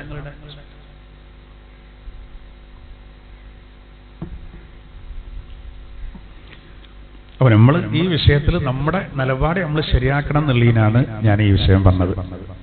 അനാവശ്യമായ വാശികളൊന്നും ആ വിഷയത്തിൽ വേണ്ട എന്നുള്ളത് പറയാൻ വേണ്ടി പറഞ്ഞതാണ്. അള്ളാഹു താല എല്ലാ മുസീബത്തുകളെ തൊട്ടും അള്ളാഹു നമ്മളെ കാത്ത് രക്ഷിക്കുമാറാവട്ടെ. ആമീൻ എന്ന് പ്രത്യേകം പ്രാർത്ഥിക്കുകയാണ്. നമ്മൾ ഇനി എത്ര സന്നാഹങ്ങൾ ഒരുക്കിയാലും എന്തും സംഭവിക്കും. അത് നമ്മൾ ഓർക്കേണ്ടതാണ്. എത്ര സന്നാഹങ്ങൾ നമ്മൾ ഒരുക്കിയാലും റബ്ബ് വിചാരിച്ചതുപോലെ മാത്രമേ വരുള്ളൂ. അതാണ് നമ്മൾ പണ്ടത്തെ ആ ഇരട്ട സഹോദരിമാരെ 2.5 ദിവസം നീണ്ടുന്ന ശസ്ത്രക്രിയയിലൂടെ 27 പ്രഗത്ഭരായ ലോകം കണ്ട വലിയ വിശകരന്മാര് 100ഓളം സഹായികളോടുകൂടെ ഓരോ മണിക്കൂറിലും കൂടിയാലോചിച്ചു ഇത് വേർപെട്ട് സയാമീസുകളെ ഇരട്ട. കാരണം ഒരു തലയോട്ടിയാണ്, 2 തലച്ചോറാണ്, രക്തധമനി ഒന്നാണ്, അത് വേർപെടുത്തണം. അതായിരുന്നു വളരെ സങ്കീർണം. സയൻസ് പറഞ്ഞെന്താ, വേർപെടുത്താൻ കഴിയും. അതിനാണ് ലോകത്തറിയപ്പെട്ട 27 ഡോക്ടർമാര് എല്ലാവരും കൂടി കൂടിയിട്ടാണ് നീ എങ്ങനെ നീങ്ങണം കൂടിയാലോചിച്ചിട്ട്. ആ ശസ്ത്രക്രിയ നീണ്ടത് 2.5 ദിവസമാണ്. പക്ഷെ 2.5 ദിവസം പൂർത്തിയായി. ലാലെ ബിജാനി എന്ന് പറഞ്ഞ 18 വയസ്സുള്ള 2 പെൺകുട്ടികളെ വേർപെടുത്തി മരിച്ചു ചെയ്തു. മലയാള മനോരമയിലെ ഫസ്റ്റ് പേജിൽ അന്ന് എഴുതിയത് ശാസ്ത്രം തോറ്റു എന്നായിരുന്നു. യുക്തിവാദികളുടെ ഒരു പ്രസ്താവന മുമ്പുണ്ടായിരുന്നു, ക്ലോണിങ്ങിലൂടെ ആട്ടുകുട്ടിക്ക് ജന്മം നൽകിയപ്പോൾ ദൈവം തോറ്റു. അത് റിപ്പോർട്ട് ചെയ്ത പത്രത്തിന്റെ ഫസ്റ്റ് പേജിൽ തിരുത്തി എഴുതിച്ചു ഉറപ്പ്. അത്രേ ഉള്ളൂ ഇതിന്റെ കാര്യം. അപ്പൊ നമ്മളിപ്പോ ഏത് ഹോസ്പിറ്റലിൽ പറഞ്ഞാലും എത്ര തെറ്റോ ഇതൊന്നും നമ്മളെ കയ്യിലുള്ള സംഗതിയല്ല. എന്നാ പിന്നെ നമ്മളെ കൊണ്ട് കഴിയാവുന്ന കാര്യങ്ങളൊക്കെ നമ്മൾ ചെയ്യാന്നുള്ളതാണ്. ബ്രേക്ക് നഷ്ടപ്പെട്ട, ബ്രേക്കില്ലാത്ത വണ്ടി എടുത്ത് നമ്മൾ ഇറങ്ങൂല, തവക്കുലാക്കി എന്ന് പറഞ്ഞിറങ്ങൂല. അത് ശരിയാക്കണം. റോഡിന്റെ സൈഡിലൂടെയാണ് നമ്മൾ നടക്കുക, സെന്റർ ലൈനിലൂടെ നടക്കുകയാണ്, അക്ക റബ്ബിലേക്ക് തവക്കുലാക്കി വണ്ടി അടിച്ചു. നമ്മൾ കുറേ കാര്യങ്ങൾ ശ്രദ്ധിക്കാൻ വേണ്ടി പറഞ്ഞിട്ടുണ്ട്. അതിൽ പെട്ടതാണ് ഈ ആശുപത്രി പോക്കും കാര്യങ്ങളൊക്കെ. അതൊക്കെ അതിൻ്റെതായ രീതിയിൽ നമ്മൾ ചെയ്യുക, നമ്മൾ അവസരങ്ങൾ കൊടുക്കാതിരിക്കുക എന്നുള്ളതാണ്. ഇനി നോക്കൂ, അതിപ്പോൾ കെട്ടടങ്ങും. ഇനി പുതിയൊരു വിഷയം വരുമ്പോൾ അത് വിടും, അയിമ കൂടും. അതിന്റെ കാര്യം അത്രേ ഉള്ളൂ. എല്ലാ ആഴ്ചയും ഉണ്ടാകും എന്തേലും ഒന്ന്, അത്രേ ഉള്ളൂ. അപ്പോ നമ്മളാണെങ്കിൽ നോക്കൂ, മുമ്പ് കാലത്തുള്ള വിവാദം പറഞ്ഞതാണ്. ഇതൊക്കെ എങ്ങനെ മുമ്പ് കാലത്ത് ഉണ്ടായോ, തീരെ കഥല്ലയോ അവർക്ക് എന്ന് നമുക്ക് മനസ്സിൽ തോന്നും. ഇതാ ഇന്നിപ്പോ നമ്മളിങ്ങനെ കേൾക്കല്ലേ ഓരോന്ന് കഥയില്ലാത്തത്, തീരെ സത്യത്തോട് യാതൊരു ബന്ധമില്ലാത്ത വാദങ്ങളും പ്രതിവാദങ്ങളും ഒക്കെ നമ്മൾ കേൾക്കുകയാണ്. അപ്പൊ ഇത് കൂട്ടി വായിച്ചാൽ മതി. ഇനി അടുത്ത ആയത്ത് നോക്കിയാൽ അവമൻ കാന മൈതൻ ഫഅഹ്യൈനാഹു വജഅൽനാ ലഹു നൂറാ യംശി ബിഹി ഫിന്നാസ് കമൻ മസലുഹു ഫിൽ ളുലുമാതി ലൈസ ബിഖാരിജിൻ മിൻഹാ കദാലിക സുയ്യിന ലിൽ കാഫിരീന മാ കാനൂ യഅമലൂൻ. ഈ ആയത്ത് അവതരിക്കാനുണ്ടായ കാരണം ആദ്യം പറയാം. ഈ ആയത്ത് ഇറങ്ങാണ്ടായ നബി സല്ലല്ലാഹു അലൈഹി വസല്ലമ തങ്ങൾ ഒരിക്കൽ പിന്നെ പരിശുദ്ധ കഅബാലയത്തിന്റെ അരികെ നിൽക്കുമ്പോൾ അബൂ ജഹൽ അതുവഴി വന്നു. അപ്പൊ ഹംസ റളിയല്ലാഹു അൻഹു പല രൂപത്തിൽ റിപ്പോർട്ട് ചെയ്യപ്പെട്ട ഒരു സംഭവമാണ്.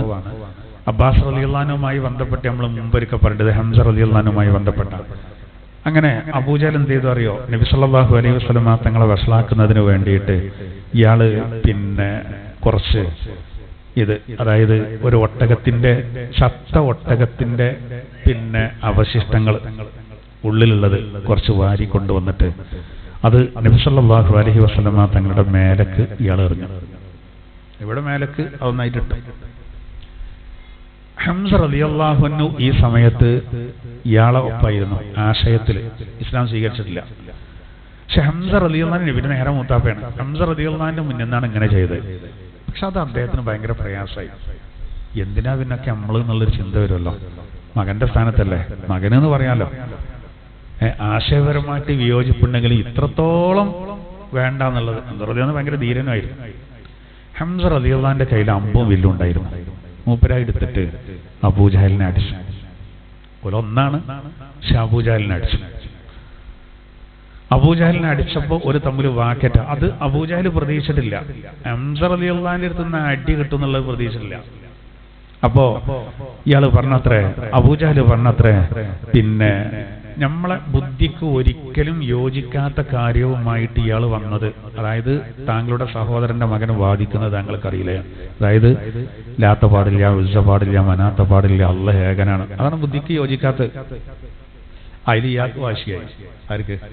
ഹംസ റളിയല്ലാഹു അൻഹു വാശിയായി. കാരണം ഹംസ റളിയല്ലാഹു അൻഹു അതേ ആശയക്കാരൻ തന്നെയാണ്. പക്ഷേ ഹംസ റളിയല്ലാഹു അൻഹു അപ്പോ ഒരു വാശിക്കപ്പെട്ട് പറഞ്ഞു, അൻതും മസ്ബഹുന്നാസ്, നിങ്ങളാണ് ജനങ്ങളുടെ കൂട്ടത്തിൽ ഏറ്റവും വലിയ വിഡ്ഢികൾ നിങ്ങളാണ്. എന്താ കാരണം? തഅബുദൂനൽ ഹിജാറ, കല്ലിനെ നിങ്ങൾ ആരാധിക്കേണ്ടത്. കാരണം എന്താ? മുഹമ്മദ് നബി അള്ളാഹനെ മാത്രമേ ആരാധിക്കാൻ പാടുള്ളൂ എന്നാണ് പറയുന്നത്. അതുകൊണ്ടാണ് ഞാൻ അങ്ങനെ ചെയ്തത്. വിഡ്ഢിയാണ് അയാള്. അപ്പൊ ഹംസ റളിയല്ലാഹു അൻഹു വലിയ വിഡ്ഢി നിങ്ങളാണ്. കാരണം നിങ്ങൾ കല്ലുകളല്ലേ, ഒന്നും ജീവല്ലാത്ത കല്ലുകളല്ലേ നിങ്ങൾ ആരാധിക്കുന്നത്. എന്നിട്ട് ഒരു വാശി പുറത്ത് മൂപ്പർ ഇങ്ങനെ പറഞ്ഞു, അഷ്ഹദു അല്ലാ ഇലാഹ ഇല്ലല്ലാഹ് വഹ്ദഹു ലാ ശരീക ലഹു വ അഷ്ഹദു അന്ന മുഹമ്മദൻ അബ്ദുഹു വ റസൂലുഹു.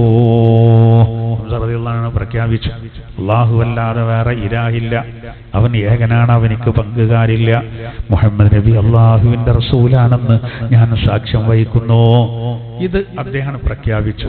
ആ സമയത്താണ് ഈ ആയത്തിറങ്ങിയത്. ഞാൻ അർത്ഥം പറയാം. അപ്പോ ഒരു ഭാഗത്ത് അബൂജഹല്, ഒരു ഭാഗത്ത് ഹംസ റളിയല്ലാഹു അൻഹു. ഇനി ഒരു സംഭവം കൂടി വിട്ടോ, ഇതറങ്ങാൻ കാരണം പറയണ്ടേ. ഒരു ഭാഗത്ത് അബൂജഹല്, ഒരു ഭാഗത്ത് ഉമർ റളിയല്ലാഹു അൻഹു. ഈ ഹംസ റളിയല്ലാഹു അൻഹു രണ്ട് സംഭവം ഉള്ളത് തന്നെയാണ്. കാരണം നബി തങ്ങൾ എപ്പോഴും മനസ്സിൽ ആഗ്രഹിക്കുന്നതാണ്, റബ്ബേ രണ്ടാളെ കൊണ്ട് ദീനിന് ശക്തി കിട്ടിയിരുന്നെങ്കിൽ എത്ര നന്നായിരുന്നു. ഒന്നുകിൽ അബൂജഹൽ ദീനിലേക്ക് വന്നെങ്കിൽ, അല്ലെങ്കിൽ ഉമർ റളിയല്ലാഹു അൻഹു വന്നെങ്കിൽ. ഉമർ വന്നാലും മതി, അല്ലെങ്കിൽ അബൂജഹൽ വന്നാലും മതി, രണ്ടും നേട്ടാ. അബൂജഹലാണെങ്കിൽ മൂപ്പര് വലിയ പ്രമാണിയാണ്, കുറെ ആൾക്കാർ പിറകിലുണ്ട്, അതുകൊണ്ട് ഒരുപാട് നേട്ടമുണ്ടാവും. മറ്റേ ആളാണെങ്കിലോ ഭയങ്കര ധൈര്യമാണ്, എല്ലാവർക്കും പേടിയാണ്. മൂപ്പര് നമ്മളൊപ്പുണ്ടെങ്കിൽ പിന്നെ നമ്മളെ വല്ലാതെ മേക്കിട്ട് കയറാൻ പേടിയുണ്ടാവും. അതിൽ ഉമർ റളിയല്ലാഹു അൻഹു അല്ലാഹു ഹിദായത്ത് കൊടുത്തു. അപ്പോൾ ഉമർ റളിയല്ലാഹു അൻഹു വെളിച്ചത്തിലേക്ക് വന്നു, മറ്റേ ആള് ഇരുട്ടിൽ തപ്പുകയാണ്. ഇത് ഒരു സംഭവം. ഇത് പറഞ്ഞിട്ടാണ് ഈ ആയത്തിറങ്ങേണ്ടത്. അതല്ലെങ്കിൽ ഹംസ റളിയല്ലാഹു അൻഹു ഇരുട്ടിൽ നിന്ന് വെളിച്ചത്തിലേക്ക് വന്നു, അതിനൊരു നിമിത്തായി അവിടെ ആക്രമണം. അബൂജഹൽ എന്തായി, ആ ഇരുട്ടിൽ തന്നെ അയാള് ഉറച്ചു. ഇതെന്തിനാണ് ഈ ഭക്ഷണത്തെ പറ്റി പറഞ്ഞതിന്റെ ഉടനെ പറഞ്ഞത് അതും പറയാം, ഞാൻ അർത്ഥം വെക്കാം. അവമൻ കാന മൈതൻ ഫഅഹ്യൈനാഹു വജഅൽനാ ലഹു നൂറൻ യംശി ബിഹി ഫിന്നാസ്. മരിച്ച ഒരാള്, മയ്യത്തായ ഒരാള്, ജീവനില്ലാത്ത ഒരാള്, ഫഅഹ്യൈനാഹു അവനിക്ക് നാം ജീവൻ നൽകി, വജഅൽനാ ലഹു നൂറാ എന്നിട്ട് അങ്ങനെയുള്ള വ്യക്തിക്ക് നാം പ്രകാശം നൽകി, യംശി ബിഹി ഫിന്നാസ് ആ പ്രകാശവുമായി ജനങ്ങൾക്കിടയിൽ അദ്ദേഹം നടക്കും. അങ്ങനെയുള്ള ഒരാളാണോ? കമം മസലുഹു ഒരുത്തനെ പോലെയാണോ അയാളെ ഉപമ ഫിൽ ദുലുമാത് അദ്ദേഹം അന്ധകാരങ്ങളിലാണ്, ലൈസ ബിഖാരിജിം മിൻഹാ അതിൽ നിന്ന് ഒരിക്കലും അദ്ദേഹം പുറത്തു പോകുന്നില്ല, ഇരുട്ടിൽ തന്നെയാണ്. അങ്ങനെയുള്ള ഒരാളെ പോലെയാണോ? കദാലിക സുയ്യിന ലിൽ കാഫിരീന മാ കാനൂ യഅമലൂൻ അപ്രകാരം സത്യനിഷേധികളായ ആളുകൾക്ക് അവരുടെ ചെയ്തികൾ, അവരുടെ പ്രവർത്തനങ്ങളെ അലങ്കൃതമാക്കപ്പെടുന്നതാണ്. എന്താ പറഞ്ഞത് നോക്കൂ, ഒരാള് മരിച്ച ഒരാള്, അയാൾക്ക് അല്ലാഹു ജീവൻ നൽകി, എന്നിട്ട് അയാൾക്ക് പ്രകാശം കൊടുത്തു. ആ പ്രകാശേറ്റും അദ്ദേഹം ജനങ്ങൾക്കിടയിലൂടെ സഞ്ചരിക്കുകയാണ്. അങ്ങനെയുള്ള ഒരാള് ആരെപ്പോലെയാണോ? വേറൊരാള് അയാള് അന്ധകാരങ്ങളിലാണ്, അതിന്റെ വലയത്തിലാണ്. ആ അന്ധകാരങ്ങളിൽ നിന്ന്, ഇരുട്ടുകളിൽ നിന്ന് ഒരിക്കലും അദ്ദേഹം പുറത്തു പോരുന്നില്ല, അത് ഭേദിച്ച് പുറത്തു പോരുന്നില്ല. ഇവർ തമ്മിൽ അന്തരമില്ലേ? ഉണ്ട്. ഒരാള് എന്ത് ചെയ്യാണ്? സജീവാണ്, നല്ല പ്രകാശം ജനങ്ങൾക്കിടയിലാണ്. വേറൊരാള് ജീവല്ലാത്തതുപോലെയാണ്, അന്ധകാരങ്ങളിലാണ്, പുറത്തു കിടക്കാൻ കഴിയുന്നില്ല. ഇത് രണ്ടും തമ്മിൽ വലിയ വ്യത്യാസമുണ്ട്. ഇതുപോലെയാണ് ഈ സംഭവത്തിൽ ഒരു ഭാഗത്ത് ഹംസ റളിയല്ലാഹു അൻഹു മരിച്ച ആൾക്ക് ജീവൻ നൽകിയെന്ന് പറയാൻ കാരണം യഥാർത്ഥത്തിൽ ആത്മാവ് ചത്തതുപോലെ ആയിരുന്നു. കാരണം ദീനില്ലാത്തതുകൊണ്ട്, ഈമാനും ഇല്ലാത്തതുകൊണ്ട്. അവിടെ ജീവൻ നൽകിയത് ഈമാൻ കൊടുത്തിട്ടാണ്. നോക്കൂ, അങ്ങനെ ആ ഒരു ശരീരത്തിന് പ്രകാശം കിട്ടി എന്ന് പറഞ്ഞാൽ ആ ഈമാന്റെ വെളിച്ചാണ്. അങ്ങനെ ജനങ്ങൾക്കിടയിലേക്ക് ഇറങ്ങുന്നു എന്ന് പറഞ്ഞാൽ പിന്നെ അതാണ് പ്രബോധനം ചെയ്യുന്നത്. അവിടെ ഹംസ റളിയല്ലാഹു അൻഹു പറഞ്ഞത്, അല്ലെങ്കിൽ ഉമർ റളിയല്ലാഹു അൻഹു, രണ്ടാലൊരാൾ. ആ മാർഗം സ്വീകരിക്കുന്നവർക്കൊക്കെ ഇത് ബാധകമാനാണ് അള്ളാഹു പറഞ്ഞത്. അങ്ങനെ പറഞ്ഞത് മറ്റേ ആൾക്കാർ സത്യത്തിലല്ലാത്തവർ യഥാർത്ഥത്തിൽ ഇരുട്ട. അതുകൊണ്ടാണ് ഇരുട്ടുകൾ എന്ന് പറയുമ്പോൾ അതിന് കുറേ ഉണ്ട്. അതുകൊണ്ടാണ് ഇരുട്ടുകൾ എന്നുള്ള ബഹുവചന രൂപത്തിൽ ഖുർആൻ പറയും. മറ്റോടത്തൊക്കെ എങ്ങനെ പറയുന്നത്? ഈ പ്രകാശത്തെ പറ്റി പറയുന്നിടത്തൊക്കെ എങ്ങനെ പറയുന്നത്? ഏകവചന രൂപത്തിലാണ്. അപ്പൊ ഞാൻ ഒരായത്ത് ഓതാം. ഈ വിഷയം അല്ലാഹു തആല പറയുന്ന വേറൊരായത്ത്.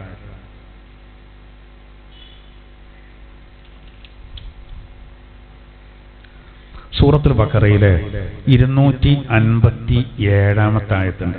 43 പേജിൽ നോക്കി.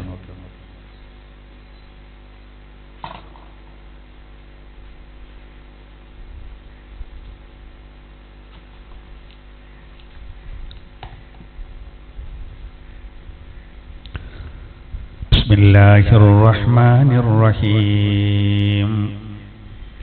അല്ലാഹു വലിയുല്ലദീന ആമനൂ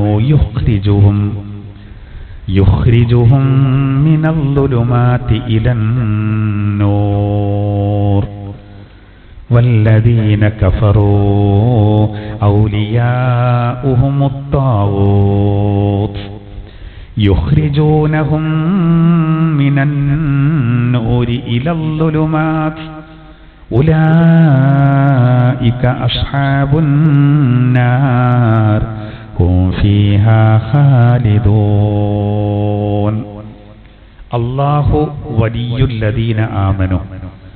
അല്ലാഹു തആല സത്യവിശ്വാസികളുടെ രക്ഷാകർത്താവാണ്, മിത്രാണ് എന്നൊക്കെ പറയാം. എന്താണ് എന്നിട്ട് പറയാണ്? യുഖ്രിജുഹും മുഅ്മിനീങ്ങളെ അല്ലാഹു പുറത്തു കൊണ്ടുവരും. മിനൽ ളുലുമാതി ഇലൻ നൂർ അന്ധകാരങ്ങളിൽ നിന്ന് വെളിച്ചത്തിലേക്ക്, ഇരുട്ടുകളിൽ നിന്ന് പ്രകാശത്തിലേക്ക് കൊണ്ടുവരും അല്ലാഹു തആല. വല്ലദീന കഫറൂ, സത്യനിഷേധികളായ ആളുകള്, ഔലിയാഉഹുമുത്താഗൂത്ത്, പിശാചുക്കളാണ്, അവന്റെ മിത്രങ്ങൾ പിശാചുക്കളാണ്. യുഖ്രിജൂനഹും, ആ പിശാചുക്കൾ അവരെ കൊണ്ടുവരും, മിനന്നൂരി ഇലല്ലുലുമാത്, പ്രകാശത്തിൽ നിന്ന് ഇരുട്ടിലേക്ക്. നേരെ എതിരെ ഇവിടെ നോക്കണേ, നമ്മൾ ഓതി വെച്ച ആയത്തില് പറഞ്ഞല്ലോ, മുശ്രിക്കീങ്ങൾ പറയണ്ട നിങ്ങൾ കേൾക്കാൻ നിൽക്കണ്ട. എന്താ കാരണം? പിശാച് അവരുടെ മിത്രങ്ങളായ ഈ മുശ്രിക്കീങ്ങൾക്ക് ചില ബോധനങ്ങൾ നൽകും, ഒരാളെ സ്വീകരിക്കുക. അത് നിങ്ങൾ വഴിപ്പെട്ടാൽ നിങ്ങളും ആ കൂട്ടത്തിൽ പെടുന്നതാണ്. ഇവിടെ പറയാണ് സത്യനിഷേധികൾ ആരെ മിത്രങ്ങളാ? ഓല ഔലിയ ആരാണ് പറയാണ്? ഓല കാര്യങ്ങൾ നോക്കുന്ന ആരാ? തൗഗൂത്താണ്. അപ്പോ പറയാണ് പിന്നെ വല്ലദീന കഫറു, സത്യനിഷേധികൾ, ഔലിയാഉഹും, ആ സത്യനിഷേധികളെ മിത്രങ്ങൾ ആരാ? ഓല അങ്ങോട്ടും ഇങ്ങോട്ടും മിത്രങ്ങളാ. അവരെന്തെയും വെളിച്ചത്തിൽ നിന്ന് ഇരുട്ടിലേക്ക് കൊണ്ടുപോകും. മുഅ്മിനീങ്ങളുടെ വലിയ അള്ളയാണ്. അള്ളാഹു ഇരുട്ടിൽ നിന്ന്, ഇരുട്ടുകളിൽ നിന്ന് വെളിച്ചത്തിലേക്ക് കൊണ്ടുവരികയാണ്. അപ്പൊ ഇരുട്ടുകൾ ഒരുപാടുണ്ട്. ഇസ്ലാമല്ലാത്ത മാർഗങ്ങൾ ഒരുപാടുണ്ടായതുകൊണ്ടാണ് അങ്ങനെ പറഞ്ഞത്. ഒരുപാടുണ്ട്. സത്യം അള്ളാന്റെ അടുത്ത് ഒന്ന് മാത്രമാണ്. അതുകൊണ്ട് അൻവാർ എന്ന് പറയാതെ നൂറ്, പ്രകാശം ഒന്ന് മാത്രമാണ്. വളരെ പ്രധാന നമ്മളെ ഹംസ റളിയല്ലാഹുവിന്റെ ചരിത്രവും ഉമർ റളിയല്ലാഹുവിന്റെ ചരിത്രം, അങ്ങനെ ഒരുപാട് ചരിത്രങ്ങൾ ഇന്നുലെ എത്രയോ ആളുകൾ അള്ളാഹുവിന്റെ മതത്തിലേക്ക് ലോകത്തിന്റെ പല ഭാഗത്തും വന്നുകൊണ്ടിരിക്കുക. അറബ് രാജ്യങ്ങളിലൊക്കെ ഒരു ദിവസം എത്ര ആൾക്കാരാണ് വരുന്നത്? അറബ് രാജ്യങ്ങളിലൊക്കെ ഒരു ദിവസം എത്ര ആളുകളാണ് വരുന്നത്? സന്തോഷകരമായ സംഗതിയാണ്. ധാരാളം ആളുകൾ അള്ളാഹുവിന്റെ മതത്തിലേക്ക് വരാം. പള്ളിയിലെ ഇമാമുമാരഴിക വന്നിട്ട് ഷാദിമയിലാണ്. പക്ഷെ അതൊക്കെ അങ്ങനെ പരസ്യം ചെയ്യാനുള്ളതല്ല. അത് തൗഫീഖുള്ളവരൊക്കെ എന്തെയും വരും. നല്ല ഉദ്ദേശത്തോടെ വരുന്നവർക്ക് അതിൻ്റെതായ ഫലം ഉണ്ടാവും.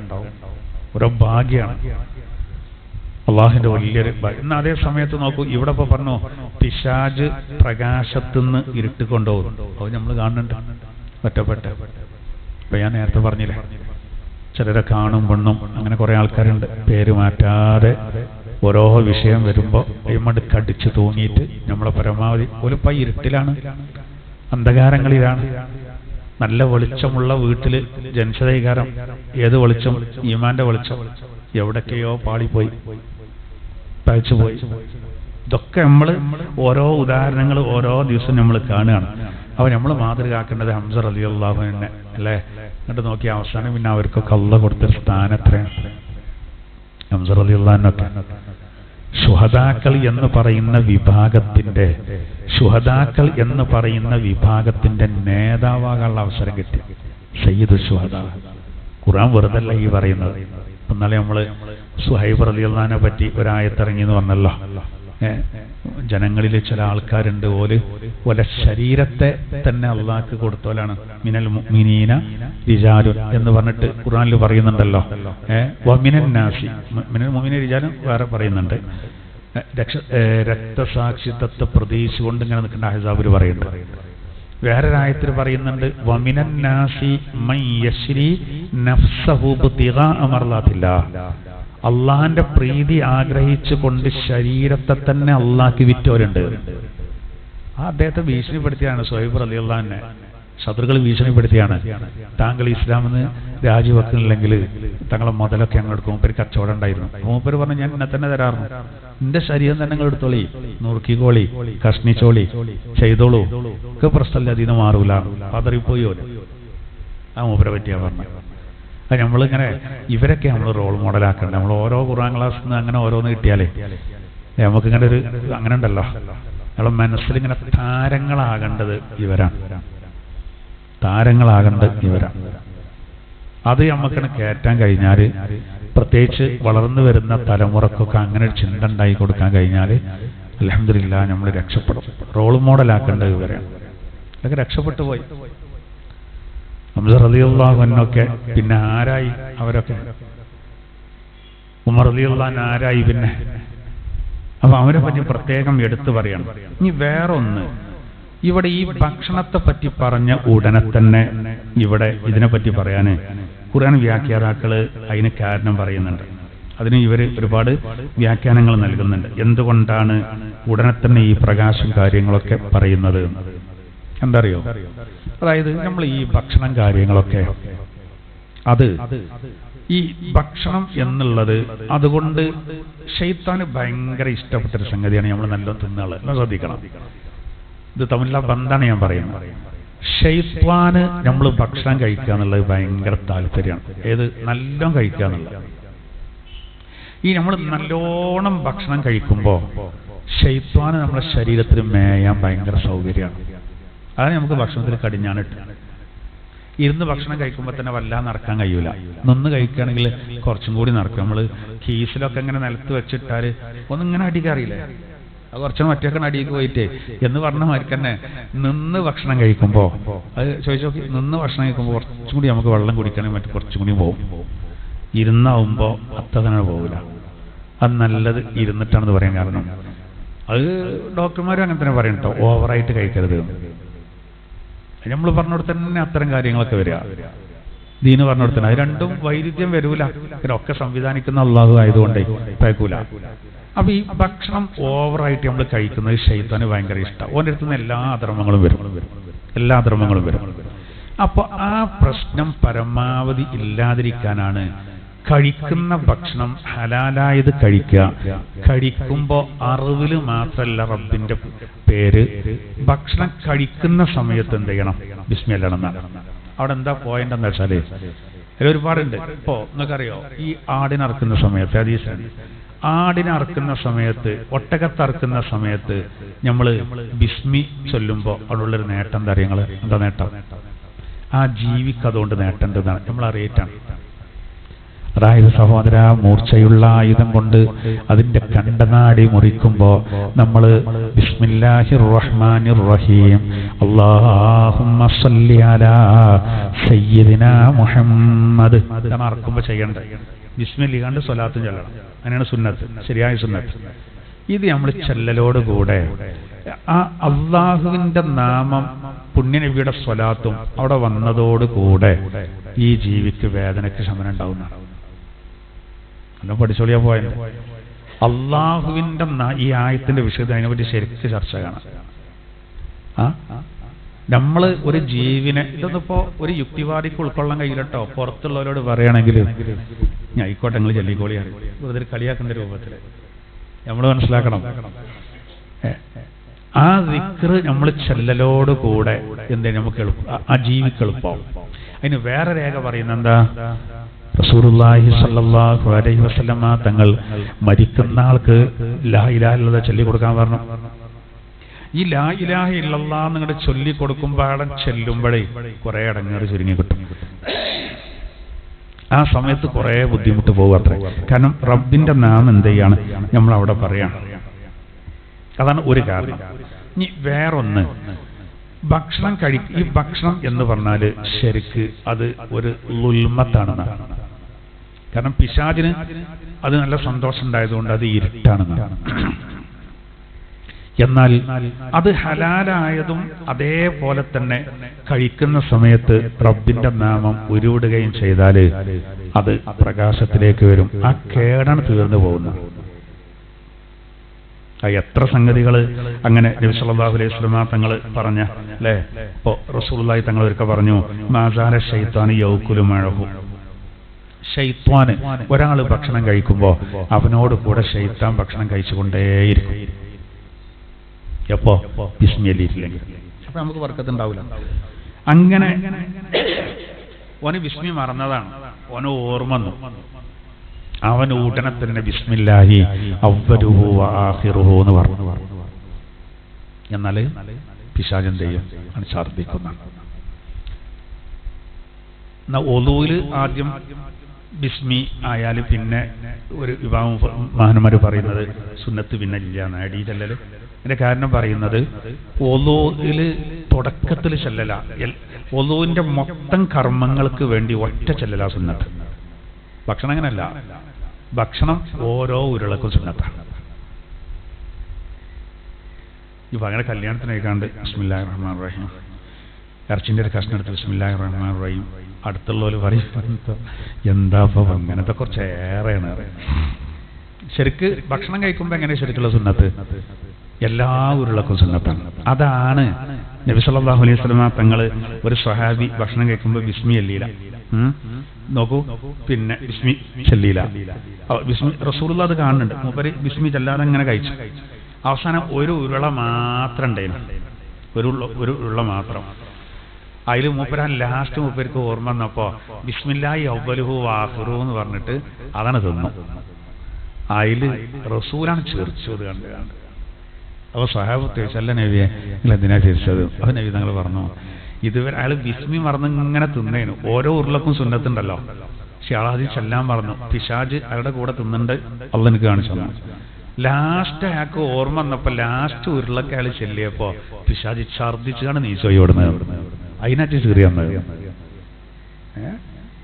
ആലോചിച്ചോ. അപ്പൊ എന്താ കാരണം? അത് ഓരോ ഉരുളക്കും സുന്നത്തുണ്ടായതുകൊണ്ടാണ്.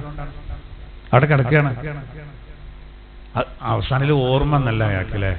നമ്മളിപ്പോ കയ്യകുമ്പളേ കാരണം ഒക്കെ കഴിഞ്ഞിട്ട് കയ്യകുമ്പൊന്നും വിസ്മി അല്ലീനോ. ക്ലാസ്സിൽ ഉസ്താദ് അങ്ങനെ പറഞ്ഞപ്പോ ചെല്ലണമെന്ന് കരുതിനൊന്ന് ചെല്ലിയപ്പോ ചെല്ലിയില്ലേ, അടുത്തി നോക്കാം. അപ്പൊ ഇനി ഒരു ചെറിയ വഴിയുണ്ട്. എന്താ? ഒറ്റ ഇഖ്ലാസ് സൂറത്ത് ആ കേട് തീർക്കാനുള്ള ഏതുപോലെ അറിയങ്ങള് പറ്റ കേട് തീരൊന്നുമില്ല. പക്ഷെ എന്നാലും ഞാൻ അല്ലാത്തൊരു വഴിയില്ല. ഏതുപോലെ അറിയോ? നമ്മൾ ഒരാളെ എന്തൊക്കെയോ പറഞ്ഞു, അയാളോട് പൊരുത്തപ്പെടിക്കാൻ അവസരം കിട്ടിയില്ല, മരിച്ചുപോയത്. ഞാൻ എന്താ ചെയ്യാ? ഒന്നും ചെയ്യാല്ല. ഇനി അവിടെ ചെറിയ ഒരു ചാൻസ് എന്തിനാളുള്ള അറിയങ്ങള് അയാൾക്ക് വേണ്ടി ഇത് വരയ്ക്കാം, മഗ്ഫിറത്തിന് ആത്മാർത്ഥമായിട്ട്. അപ്പൊ അയാൾക്ക് വേണ്ടി മഗ്ഫിറത്തിന് വേണ്ടി നമ്മൾ ദുആ ചെയ്യുമ്പോൾ അതുകൊണ്ട് ചിലപ്പോ കഴിച്ചിലാവും. അയാൾ പുറത്തുനിന്നാൽ മതിയല്ലോ, നാളെ പരലോകത്ത് എല്ലാ അവസരം പഠിച്ചുണ്ടാക്കും. നമ്മൾ ചെറിയ പണിയെടുക്കണം എന്നർത്ഥം. അങ്ങനെ ഉണ്ട്. എന്നതുപോലെ ഇങ്ങനെ ചില കാര്യങ്ങളുണ്ട്. പക്ഷെ ഇതുകൊണ്ടൊക്കെ ഭയങ്കര നേട്ടേക്കാരട്ടോ. നമ്മളിപ്പോ കറിയൊക്കെ ഉണ്ടാക്കി ഒരു തുള്ളിയല്ല ഒരു പൊടി ഇപ്പിട്ടിട്ടില്ല. പിന്നെ ലാസ്റ്റ് നമുക്ക് ബോധ്യം വരുമ്പോൾ കുറച്ച് ഇപ്പിട്ടാ പ്രശ്നം തീരുകയാണ്. ഈ ഉപ്പ് കാണാൻ മാത്രമൊന്നും ഇല്ലെങ്കിലും അതുകൊണ്ട് അതിന്റെ ടേസ്റ്റ് ഇല്ലാഞ്ഞാൽ ഛർദ്ദിക്കാൻ വരൂലേ. എന്നതുപോലെ ചെറിയ ചെറിയ കാര്യങ്ങളെ കൊണ്ട് നമുക്ക് ലഭിക്കാൻ പോകുന്ന വലിയ നേട്ടമാണ്. ഏതുപോലെ അറിയോ? ഒരിക്കൽ ഒരു പോയിന്റ് പറഞ്ഞുതരാം. ഒരിക്കൽ നബി സല്ലല്ലാഹു അലൈഹി വസല്ലം തങ്ങൾ സ്വഹാബത്തിനോട് ഖുർആൻ പാരായണത്തിന്റെ മഹത്വം പറഞ്ഞുകൊണ്ട് പറഞ്ഞു, എല്ലാ ദിവസവും എല്ലാവരും 1000 ആയത്തോളം ഇട്ടോ. തഫ്സീറിന്റെ ഗ്രന്ഥങ്ങളിലൊക്കെ ഈ ഹദീസ് കാണാം. എല്ലാ ദിവസവും 1000 ആയത്തോളം ഇട്ടോ തങ്ങൾ ചോർപ്പേരണമെന്നാണ്. അപ്പോൾ ഏകദേശം സ്വഹാബിമാരൊക്കെ 1000ഓളം ആയത്തോന്നാണ്. കാരണം സ്വഹാബിമാരിൽ അധിക പേരും ഖുർആനെ 7 ഭാഗാക്കി. 6000-ലധികം ആയത്തുകളെ 7 ഭാഗാക്കിയാൽ ഏകദേശം 1000 ആയത്തുകൾ ഉണ്ടാവും. അത് കുറച്ചും കൂടി കൂട്ടിയാൽ മതി നബിതങ്ങൾ ഈ പറയുന്നത്. പക്ഷെ എന്നാലും ചില സ്വഹാബിമാര് ഒരു ഏറ്റ പിന്നെ ചെയ്യും. എല്ലാവരും ചെയ്യേണ്ടവരാണെങ്കിലും ഒരു ഔദ്യോഗികമായിട്ട് ഏറ്റവും നിർബന്ധമായി കഴിഞ്ഞാൽ പിന്നെ പ്രശ്നമല്ലോ. അപ്പോ രോഗികള്, യാത്ര പോകുന്ന ആൾക്കാര് ഒക്കെ ഉണ്ടല്ലോ. അപ്പോ പിന്നെ മഹാനായ നബിതങ്ങളോട് സ്വഹാബിമാര് പറഞ്ഞു, നബിയെ ഉറപ്പാ ഇങ്ങനെ നമ്മൾ പറയാ, ചിലപ്പോൾ ചില ദിവസങ്ങൾ സാധിക്കാതെ വന്നാലോ. അപ്പൊ നബി തങ്ങൾ ചിരിച്ചുകൊണ്ട് ചോദിച്ചു, നിങ്ങൾക്ക് സൂറത്തു തക്കാസുർ ഓതാൻ കഴിയുമോ? ഞാൻ അതാ ഉദ്ദേശം മക്കളെ. ഒരൊറ്റ തക്കാസുർ, സൂറത്തു തക്കാസുർ. ഇങ്ങോട്ട് നബി തങ്ങൾ പറയാണ്, ഒരു വട്ടം തക്കാസുർ ഒരാൾ ഓതിയാൽ അത് 1000 ആയത്തുകളുടെ പകരം വെക്കും. നോക്കൂ, 1000 ആയത്തുകളുടെ സ്ഥാനത്താണ് ഏത്? ഒരൊറ്റ തക്കാസുർ സൂറത്ത്.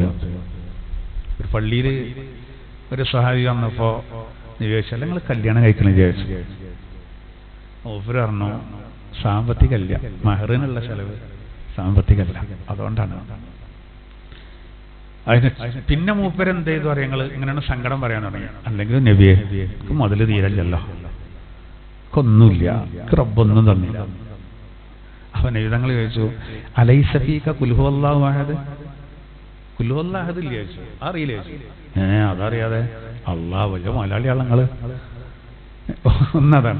പിന്നെ കാഫിറൂന, പിന്നെ ഇദാ സുൽസിലത്തി ആ ഹദീസിലിട്ടോ, ഇദാ ജാ, പിന്നെ പറഞ്ഞേതാ ആയത്തെ കുറിച്ച് 5 എണ്ണം.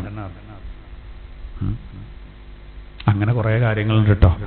1000 ആയത്തുകളുടെ സ്ഥാനത്ത് ഒറ്റ അൽഹാഖു മുത്തകാസുർ. നമുക്കിപ്പോൾ എന്താ കാര്യമായിട്ടൊന്നും തോന്നൂലല്ലേ?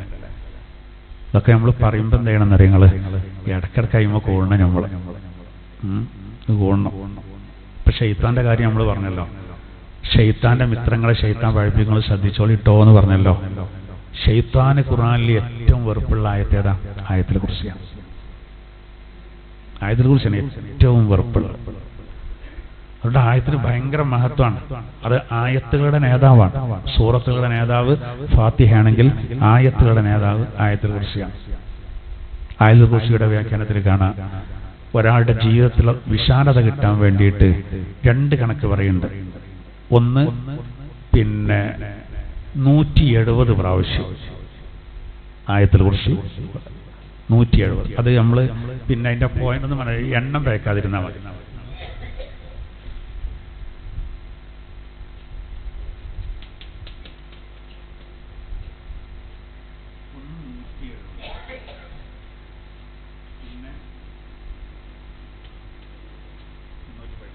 അതാണ് അതിന്റെ കണക്ക്.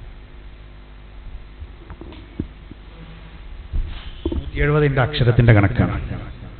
അതായത് മഹാന്മാർ പറയുന്ന എന്താ വെച്ചാൽ അതൊരു മരുന്നാട്ടോ, മരുന്നാണ്. കിതാബിൽ ശരിക്ക് കൃത്യമായിട്ട് പറയുന്നതാണ്. ഓതുന്ന സമയത്ത് നമ്മൾ എന്ത് ചെയ്യുക, അതിനായിട്ടാണ് ഇരിക്കണം. 170 പ്രശ്നമല്ലോ. വാൽ ബക്കറൊക്കെ ഒറ്റ ഇരിപ്പിന് നമ്മൾ ഇരിക്കുന്നില്ല. 250 ആയത്ത് തോന്നുന്നില്ലേ? അൽ ബക്കറിലെ 255 ആയത്താണല്ലോ. വലിയ ആയത്തുമല്ല, പറ്റ ചെറുതല്ല. അപ്പൊ 170 ആയത്തോതാന്ന് പറഞ്ഞാൽ അത്ര വലിയ സംഭവമൊന്നുമല്ല. കുറഞ്ഞ ടൈം മതി നമുക്ക്. ഒന്നെണ്ണം ഇരുന്നാൽ ആത്മാർത്ഥമായിട്ടിരുന്നാൽ. പക്ഷെ എണ്ണം കറക്റ്റാണ്. മാന്യന്മാർ പറഞ്ഞു നമ്മളെ ജീവിതത്തിലെ വിശാലത, കുറേ പ്രയാസങ്ങളും പ്രശ്നങ്ങളൊക്കെ ഉണ്ടാവും. ഒന്നെങ്കിൽ 170, അല്ലെങ്കിൽ മുർസലീങ്ങളുടെ കണക്ക്. ആ കണക്കാണ് ഇത് 113. ബദരീങ്ങളെ കണക്ക് തന്നെയാണ്. അത് ആയത്തുൽ കുർസിക്ക് വലിയ മഹത്വം ഉണ്ട് എന്നുള്ളതാണ്. അത് ഞാൻ എൻ്റെ അടിയിലൊന്ന് പറഞ്ഞു എന്ന് മാത്രം. ചില സുന്നത്തുകളൊക്കെ നമുക്ക് ചെറിയ അധ്വാനം ഉണ്ടാവുള്ളൂ, പക്ഷേ അതുകൊണ്ട് നേടിയെടുക്കാൻ പറ്റുന്നത് വളരെ വലുതായിരിക്കും. അങ്ങനത്തെ ഘട്ടങ്ങൾ വരുന്ന സമയത്ത് എന്ത് ചെയ്താൽ മതി, ഇങ്ങനെയുള്ള പോയിന്റുകളൊക്കെ മനസ്സിലാക്കിയിട്ട് അടിസ്ഥാനത്തൊന്നും ഇപ്പം നമ്മൾ എന്തല്ല ഒരു ജാടകളോ കാട്ടിക്കൂട്ടലുകളോ ഒന്നുമല്ല, ആത്മാർത്ഥമായിട്ട് നമ്മൾ ചെയ്യേണ്ട ഒരു സംഗതിയാണ്. ഇന്നലെ ഞാൻ രാത്രി ഖുർആൻ ക്ലാസ് അങ്ങനെ എടുത്തുകൊണ്ടിരിക്കുമ്പോൾ എൻ്റെ മൊബൈലിലേക്ക് ഒരു ഫോൺ വന്നു. രാത്രി മഗ്‌രിബിന്റെ ശേഷമുള്ള ക്ലാസ്. ഞാനപ്പോൾ ക്ലാസിൻ്റെ അടിയിൽ എനിക്ക് ആ ഫോൺ എടുക്കേണ്ടി വന്നു. എൻ്റെ കാരണം എന്താ വെച്ചാൽ ആ ക്ലാസ് കഴിഞ്ഞിട്ട് രാത്രി 9:30 ഉള്ളൊരു ക്ലാസ് ഉണ്ട്. അതിന് എന്നെ കൊണ്ടുവരാൻ വേണ്ടി വരുന്ന ആളാ വിളിക്കുന്നുണ്ട്. ഞാൻ മൂപ്പർക്ക് വിളിക്കാൻ മറന്നിക്കണം. അപ്പോൾ ഞാൻ വേറെ ക്ലാസ് കഴിഞ്ഞിട്ട് ഞാൻ എത്തും. അപ്പോൾ ആ കാര്യം പറയാൻ അപ്പം ഒന്നും പറയാൻ പറ്റില്ല. അപ്പോൾ ഞാൻ ഫോൺ എടുത്തുകൊണ്ട് പറഞ്ഞു. ഞാൻ ഉടൻ തന്നെ സാഹസിനോട് പറഞ്ഞു, അതിപ്പോ സാഹസിൽ കഥ ഉള്ളവരുണ്ടെങ്കിൽ ഞാനത് പറഞ്ഞെങ്കിൽ ഓരെന്താ ചിന്തിക്കുക, കാട്ടിക്കൂട്ടൽ കുറച്ചേറെ ക്ലാസിന്റെ അടിയിലൊക്കെ മൊബൈൽ വെറും പൊളിച്ചു തരാണ്. ഇതൊക്കെയാണ് ആദ്യമായിട്ട് നമ്മുടെ ക്ലാസ്സിന് വരുന്ന ഒരാൾക്ക് അങ്ങനെ തോന്നും. അത് ഞാൻ അപ്പം തന്നെ തിരുത്തി. ഇതിപ്പോൾ ഞാൻ എടുത്ത് പറഞ്ഞില്ലെങ്കിൽ നമ്മളൊരു സംഘാടകനെ ഇടങ്ങാറാവും. അതിൻ്റെ പേരേക്ക് പോവും. ഞാനാണെങ്കിൽ വേറൊരു നിൽക്കുന്ന ഈ പറയപ്പെട്ട സ്ഥലത്തേക്ക് എത്തും ചെയ്യും. അപ്പോൾ അത് അപ്പം തന്നെ എടുത്തില്ലെങ്കിൽ വലിയ ബുദ്ധിമുട്ടാണ്. അവിടുന്ന് പുറപ്പെടാൻ നിൽക്കണം. അപ്പോൾ ഞാൻ സാഹസിനോട് പറഞ്ഞു, നിങ്ങൾ തെറ്റിദ്ധരിക്കരുത്, അങ്ങനെ എടുത്താട്ടോ. കാരണം ഇതുവരെ ഞാൻ എടുത്തങ്ങളെ ഇതിലുണ്ടാവില്ല. ആരെങ്കിലൊക്കെ ചിലപ്പോൾ കാണുമ്പോൾ ഇതൊരു പുളിച്ചിത്തരാണെന്ന് ഞാൻ പറയണ്ടേ. ഇതിനൊന്നും ഒരു ജാടൻ്റെ ആവശ്യം ഇല്ല. ഇന്ന് വെറും ജാടൻ്റെ കാലമാണ്.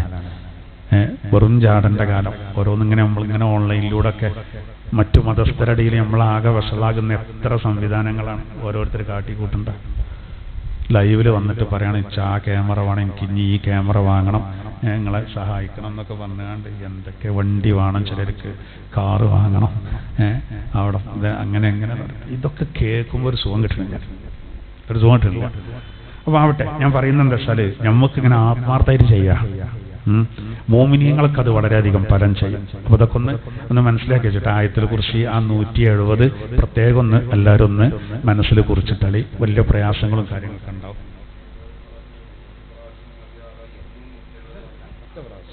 ഒരു റൗണ്ട് നമ്മൾ ഓതുന്നത് 170 വട്ടം ഓതുക എന്നുള്ളതാണ്.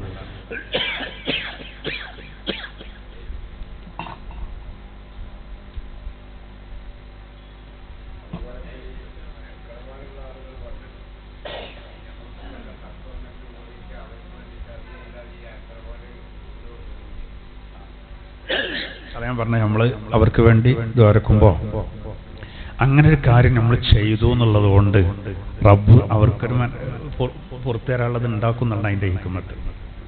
മാത്രമല്ല അവിടെ നമ്മളൊന്ന് ചെറുതാകുന്നുണ്ടല്ലോ, റബ്ബിന്റെ മുന്നിൽ നമ്മൾ ഇൻ്റെ അടുത്ത് അങ്ങനെ പറ്റിപ്പോയി, അത് അയാളടുത്താണ് കാര്യം കടക്കുന്നതെങ്കിലും അങ്ങനെ നമ്മൾ ചെയ്യുമ്പോൾ അങ്ങനെ ഒരു സാഹചര്യം ഉണ്ടാവും എന്നുള്ളതാണ്. അത് പടച്ചവന്റെ ഒരു കനിവ വിഷയത്തിലില്ലെങ്കിൽ ഏറെക്കുറെ ആൾക്കാരൊക്കെ കുടുങ്ങും. കാരണം നമുക്കൊന്നും ഇപ്പം എല്ലാ കാര്യങ്ങളും പരസ്പരം പറഞ്ഞു തീർക്കാൻ കഴിയൂല. അപ്പം പരമാവധി അങ്ങനത്തെ ദുരുദ്ദേശത്തോടു കൂടെ ആരെ പറ്റി പറയാക്കുക, സതുദ്ദേശത്തോടെ പറയേണ്ടതിന് കുഴപ്പമില്ല. ഇപ്പൊ കല്യാണം അന്വേഷിക്കുമ്പോൾ വേറെ കാര്യങ്ങൾ അന്വേഷിക്കുമ്പോൾ കാര്യങ്ങൾ പറയേണ്ടി വരും. അപ്പോൾ ഈപത്ത് പെടൂല. അതാണ് നമ്മൾ സതുദ്ദേശം വേണമെന്ന് പറഞ്ഞത്. ദുരുദ്ദേശത്തോടു കൂടെ ആവുമ്പോൾ ചില കാര്യങ്ങൾ നമ്മൾ പറഞ്ഞില്ലെങ്കിൽ കുറ്റക്കാരാവുമല്ലോ. ചില കാര്യങ്ങൾ നമ്മളോട് ചോദിക്കുമ്പോഴേ അത് അതിൻ്റെ ഇപ്പോൾ നമ്മളെ ഇഷ്ടപ്പെടുന്ന ഒരാൾ നമ്മളോട് ചോദിക്കുകയാണ്, ഞാൻ അയാളെ കൂടെ ഒരു പാർട്ട്ണർഷിപ്പ് എടുക്കാൻ ഉദ്ദേശിക്കുന്നുണ്ട്, നിങ്ങൾക്ക് മൂപ്പരറിയാലോ, എന്താ ഇപ്പോൾ എന്തേലും പറഞ്ഞാൽ കുറ്റക്കാരനാന്ന് എഴുതിയിട്ട് എനിക്കതിനെ പറ്റി അറിയില്ല, നിങ്ങൾ എന്തേലും ചെയ്തോളി എന്ന് പറയാൻ പാടില്ല. അയാൾ വെറും തട്ടിപ്പിൻ്റെ ആളാണെങ്കിൽ അത് ബോധ്യപ്പെടുത്തണം. കൂടുതലൊന്നും അയ്മ കൂടണ്ട, ഒഴിവായിക്കണം. അത്രേ ഉള്ളൂ. അത് പറഞ്ഞില്ലെങ്കിൽ ആ കുറ്റക്കാരനാകുക. പക്ഷേ ഇയാൾ അവിടെ പോയിട്ട് എന്ത് പറയരുത്, ഞാൻ എന്നെ കൂടണം കരുതുന്നത്, പക്ഷെ മൂപ്പര് പറഞ്ഞത് ഇപ്പോൾ വേണ്ടെന്നാണ് കേട്ടോ, അങ്ങനെ പറയരുത്. അപ്പൊ പിന്നെന്തേ മൂപ്പര് കഴിച്ചിട്ടാകും ചെയ്യും, മൂപ്പര് തമ്മിൽ വലിയ ശത്രുക്കളാകും ചെയ്യും. ഒക്കെ നമ്മൾ കണ്ടറിഞ്ഞു കണ്ടാണ് അത്തരം കാര്യങ്ങൾ എന്ത് ചെയ്യേണ്ടത്, ചെയ്യേണ്ടത്. അതൊക്കെ നമ്മളൊരു അമാനത്താണ്. ഈ കല്യാണത്തിൻ്റെ ഒക്കെ അങ്ങനെ ചിലർ പറഞ്ഞു കൊടുക്കും. പിന്നെ പോലെ പറഞ്ഞാൽ അത് പിന്നെ അത് ഓൻ പറഞ്ഞുകൊണ്ട് പിന്നെ ഞാൻ അതുകൊണ്ട് ആയിക്കോട്ടെ എന്ന് പറഞ്ഞു പോകും. ഞാൻ ഓനോടുണ്ടാവുമല്ലോ മറ്റവന് തോക്ക് കയ്യിലുണ്ടെങ്കിൽ അപ്പം പോയി വെക്കും. അത്രക്ക് ദേശീയ കയറാം. അതിന് നമ്മൾ ഒരിക്കലും അവസരം കൊടുക്കരുത്. ഒക്കെ നമ്മൾ അങ്ങനത്തെ ഒരു ഫോണിൽ കൂടി ഒന്നും അല്ല കല്യാണത്തിനൊന്നും ഇപ്പം പറയരുത്, റെക്കോർഡേ ഉണ്ടാവും. കലാകാലം ഓടിക്കൊണ്ടിരിക്കും. അറിയാത്ത ഒരാളോടും കല്യാണത്തിന്റെ വിഷയങ്ങളോ കാര്യങ്ങളൊന്നും ചർച്ച ചെയ്യണ്ട. ചിലപ്പോൾ ആ കക്ഷിനേക്കാരം വിളിക്കേണ്ട, ആരാ മുടക്കേണ്ടതെന്ന് അറിയാൻ. എന്നിട്ട് പിന്നെ അങ്ങാടിയിൽ ഫ്ലക്സ് ഫോട്ടോത്തിന്റെ മാത്രം വെക്കാൻ ബാക്കിയുണ്ടാവുള്ളൂ. അങ്ങനെ കണ്ട്. അപ്പൊ നമ്മൾ എല്ലൊന്നും ദൈവത്താവൂല, വേജാറാകണ്ട. പക്ഷെ നമ്മളെ ഉദ്ദേശം പോലെയാണ് കാര്യങ്ങൾ വരിക. നമുക്ക് ഒരാളെ മാനം കെടുത്തലോ മറ്റോ ഉദ്ദേശം ഉണ്ടാകരുത്. ഒറ്റ ആയത്ത് കൂടി ഉണ്ടെന്ന് നോക്കി. അപ്പോ ഇവിടെ ഈ ഇരുട്ടും വെളിച്ചും ഇവിടെ പറയാനുള്ള കാരണം അതാണ് പ്രത്യേകം നമ്മൾ മനസ്സിലാക്കുക. وَكَذَلِكَ جَعَلْنَا فِي كُلِّ قَرْيَةٍ أَكَابِرَ مُجْرِمِيهَا لِيَمْكُرُوا فِيهَا وَمَا يَمْكُرُونَ إِلَّا بِأَنفُسِهِمْ وَمَا يَشْعُرُونَ. ഈ ആയത്ത് അവതരിക്കാണ്ടായ കാരണം എന്താ അറിയങ്ങൾ? മക്കയിലേക്ക് വരുന്ന വഴികളിൽ പല വഴികളിലും, അതായത് മക്കയിലേക്ക് ഇന്നത്തെ പോലെയല്ല, ഒരുപാട് വഴികളുണ്ടാവും. വിശാലമായ റോഡ് മാത്രമേ ഇന്നത്തെ പോലെയല്ലല്ലോ, പല വഴികളും ഉണ്ടാവും. ഈ വഴികളിലൊക്കെ മക്ക മുശ്രിക്കീങ്ങൾ ആളുകൾ ഇസ്ലാമിലേക്ക് വരികയെന്ന് കണ്ടപ്പോൾ ഇവര് 4 ആളുകളെ ഓരോ സ്ഥലത്തു നിയോഗിച്ചു. നേതാക്കന്മാര് 4 ആളുകളെ. ഇവരെ പരിപാടി എന്താ? ഒരു 4 ആള് ഒരു വഴിയിലിങ്ങനെയൊക്കെ ഉണ്ടാവും. മക്കത്തേക്കാരെങ്കിലും വരികയാണെങ്കിൽ നിങ്ങൾ എവിടുന്നാണ്? ഞങ്ങളിങ്ങനെ സിറിയെന്നാണ്, അല്ലെങ്കിൽ യമനെന്നാണ്, ജോർദാനെന്നാണ് എന്നിട്ട് പറഞ്ഞു, ഷാമെന്നാണ് എന്ന് പറയുമ്പോൾ ഇവര് ചോദിക്കും, നിങ്ങളിപ്പോ ഇങ്ങോട്ട് എന്തിനാ വരണ്ടേ? അങ്ങനെ ഒരാളുണ്ടെന്ന് കേട്ടല്ലോ, അപ്പോലാണ് തുടങ്ങും പറച്ചില്, പോണ്ട, ഞങ്ങൾക്കറിയാം നിങ്ങൾ അതിനായിരിക്കും പോകുന്നത്. എന്നിട്ട് ഇവര് പിന്നെ പറഞ്ഞു കൊടുക്കുന്നത്, പിന്നെ ഹാദർ റജുലു ഫഇന്നഹു കാഹിനുൻ വസാഹിറുൻ വകദാബുൻ. ഈ 4 അംഗ സംഘം പറയാണ്. ഇതെല്ലാ വഴിയിലുണ്ട്. അവിടെ 4 ആള്, അപ്പുറത്ത് 4 ആള്, ഒരു കൂട്ടം വർത്താനം പറഞ്ഞ് അങ്ങനെ കുത്തിരക്കുക. ആരെങ്കിലും വരികയാണെങ്കിൽ ഓരെ തടഞ്ഞിരുത്തുക. ഇങ്ങോട്ട് തടഞ്ഞിരുത്തിയിട്ട് ഓര് പറയുന്നത്, നിങ്ങൾ പറയുന്ന ഈ റജുല്, ഇയാളുണ്ടല്ലോ, ഈ മുഹമ്മദ് എന്ന് പറയുന്ന വ്യക്തി സല്ലല്ലാഹു അലൈഹി വസല്ലം, അദ്ദേഹം ഒരു ജ്യോത്സ്യനാണ്. മാത്രമല്ല അദ്ദേഹം ചില കണക്ക് നോക്കുന്ന പരിപാടിയൊക്കെ അദ്ദേഹത്തിന്റെ അടുത്തുണ്ട്. അദ്ദേഹം ശരിക്കൊരു കഥ പേരും കള്ളനാണ്, നോണല്ലാതെ പറയില്ല. അങ്ങനത്തെ ഒരാളെടുത്തിട്ടാണോ നിങ്ങൾ പോകുന്നത്? ഒരു പറ്റുന്ന രൂപത്തിലൊക്കെ ഇവരെ അവിടുന്ന് തിരിച്ചയക്കാൻ കഴിയുകയാണെങ്കിൽ ഒരു വളരെ സന്തോഷമായി. ചിലരെന്ത് ചെയ്യുന്നറിയോ, ഏതായാലും ഇവിടെ വന്നില്ലേ, ഒന്ന് കാണണം, അങ്ങനെ കണ്ടുപോയാലുണ്ട്. അബൂജഹലൊക്കെ അതിനെല്ലാം നേതൃത്വം. അബൂജഹല് നബി തങ്ങളുടെ വീടിന്റെ സമീപത്ത് ഇങ്ങനെ നിന്നിരുന്നു. അത്രേ വെരിൻ്റെവും ബോണ്ടൊക്കെ നോക്കാൻ ക്യാമറ ആയിട്ട്. അങ്ങനെയുള്ള ചില പുരോഹിതന്മാർ വന്നിട്ട് പിന്നെ ചൂടായത് ഒരു ഇസ്ലാം സ്വീകരിച്ചു. അബൂജഹൽ അത് തെറിപ്പിക്കാൻ നോക്കി, നടന്നില്ല. ഇതാണ് പിന്നെ ഈ ആയത്തിൽ പറയുന്നത് നേതാക്കന്മാർ ചെയ്ത ചില കാര്യങ്ങൾ. അതാണ് പറയുന്നത്, നോക്കൂ, വകദാലിക ജഅൽനാ ഫീ കുല്ലി ഖറിയത്തിൻ അകാബിറ മുജ്രിമീഹാ. അപ്രകാരം അല്ലാഹു തആല പറയാണ്, ജഅൽനാ ഫീ കുല്ലി ഖറിയ, എല്ലാ നാടുകളിലും നാം നിർത്തിയിട്ടുണ്ട്, ഉണ്ടാക്കിയിട്ടുണ്ട്, അകാബിറ മുജ്രിമീഹാ. അല്ലാഹു തആല പറയാണ്, അവരുടെ പിന്നെ ആ കുറ്റവാളികളുടെ നേതാക്കന്മാരെ എന്തിന്, ലിയംകുറൂ ഫീഹാ, ചില ചതിപ്രയോഗങ്ങൾക്ക് വേണ്ടിയിട്ട്.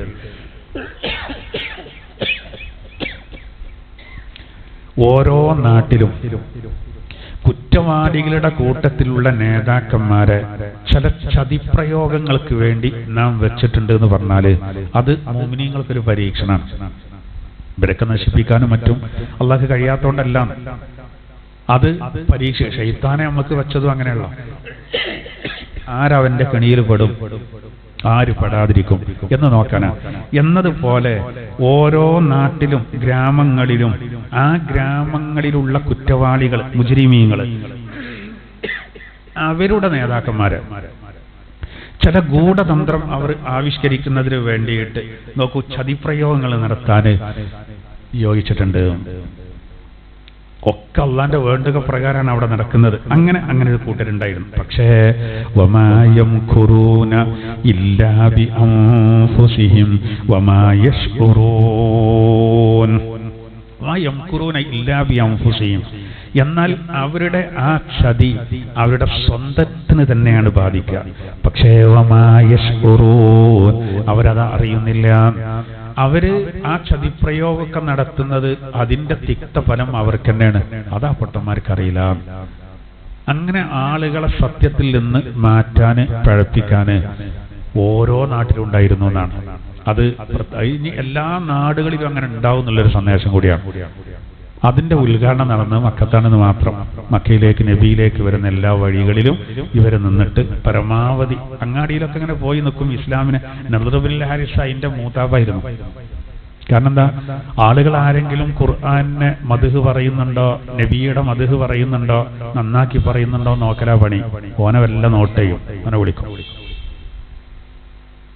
അവൾ ഒരിക്കലും മുസ്ലിം ആകാൻ പാടില്ല. അതിനു വേണ്ടിയുള്ള അത് ലുക്മാൻ സൂറത്തിൽ ആ കാര്യം പറയുന്നുണ്ട്. വമിനന്നാസി മയ്യസ്തരി ലഹ്വൽ ഹദീസ്, വിനോദ വാർത്തകളെ വിലക്ക് വാങ്ങുന്ന ചിലരുണ്ട് എന്ന് പറഞ്ഞാൽ നദ്റുൽ ഹാരിസ ഉദ്ദേശം. നർത്തകിനെ പെരിയിൽ വളർത്തി ഇസ്ലാം സ്വീകരിക്കാൻ സാധ്യതയുള്ള ആളുകളെ പെരിയ്ക്ക് വിളിച്ചുകൊണ്ടുപോയിട്ട് കള്ള് കൊടുത്തിട്ട് അവന്റെ മുന്നിൽ ഈ പെണ്ണിനോട് നൃത്തം ചെയ്യാൻ പറയും. ഈ കള്ള് കൊടുക്കേണ്ടത് ഈ പെണ്ണായിരിക്കും. ആ പെണ്ണിങ്ങനെ നൃത്തം ചെയ്യും പാട്ട് പാടിയിട്ട്, ഇയാള് വെള്ളത്തിലുമായിരിക്കും. പിന്നെന്തൊക്കെ നടക്കാന്ന് പറയാൻ പറ്റില്ല. ഈ ആനന്ദം ഇപ്പോ ഈ ആഴ്ച എയർ ഇന്ത്യന്റെ ഫ്ലൈറ്റില് ഒരാള് ഒരു യാത്രക്കാരന്റെ മേലൊക്കെ മൂത്രമൊഴിച്ചല്ല, ഒരു വിഷയം തന്നെ ആയില്ല. വീട്ടിലെ പ്രസവത്തിന്റെ കാരണം മറ്റേ ഹിജാബാണ് എന്ന് പറഞ്ഞ് ചാനലിൽ ചർച്ച ചെയ്തോലും ഇത് കണ്ടതന്നല്ല. നേരെ യാത്രക്കാരനൊരു VIP ആണ്, കാര്യപ്പെട്ട ഒരു ഉദ്യോഗസ്ഥനാണ്. അയാളെ മേലക്കണ മൂത്രമൊഴിച്ചു.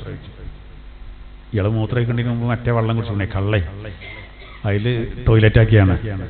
പക്ഷെ ഇതൊരു ചാനൽ ചർച്ചയിലും വന്നില്ലേ, അതല്ല രസം.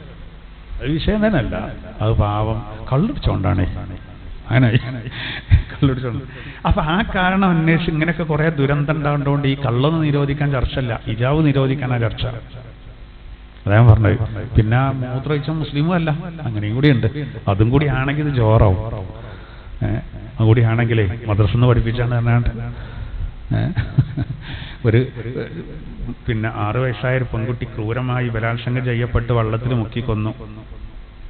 ചിലർക്ക് വിചാരിച്ച് പ്രതി മുസ്ലിമാണെന്നാണ്, പിന്നെയാണ് കള്ളി വെളിച്ചത്തായത്. ആരും മിണ്ടിയില്ല, ആരും മിണ്ടിയില്ല. പോട്ടെ, അത് വലിയ മേഖലയാണ്, അത് കുറെ ദിവസം വെച്ച് പറയാനുണ്ടാവും അങ്ങനത്തെ കാര്യങ്ങൾ. അപ്പോ ഇവിടെ അല്ലാഹു തആല പ്രത്യേകം ഈ കാര്യങ്ങൾ പറയണം. അപ്പൊ കുറ്റവാളികളായ ആളുകൾ ഈ വഴികളൊക്കെ സ്വീകരിച്ചു. അതിനെപ്പറ്റിയാണ് അള്ളാഹു സൂചിപ്പിക്കുന്നത്. ഇനി ഇൻഷാ അല്ലാഹ് ബാക്കി നമുക്ക് അടുത്ത ക്ലാസ്സിൽ പറയാം.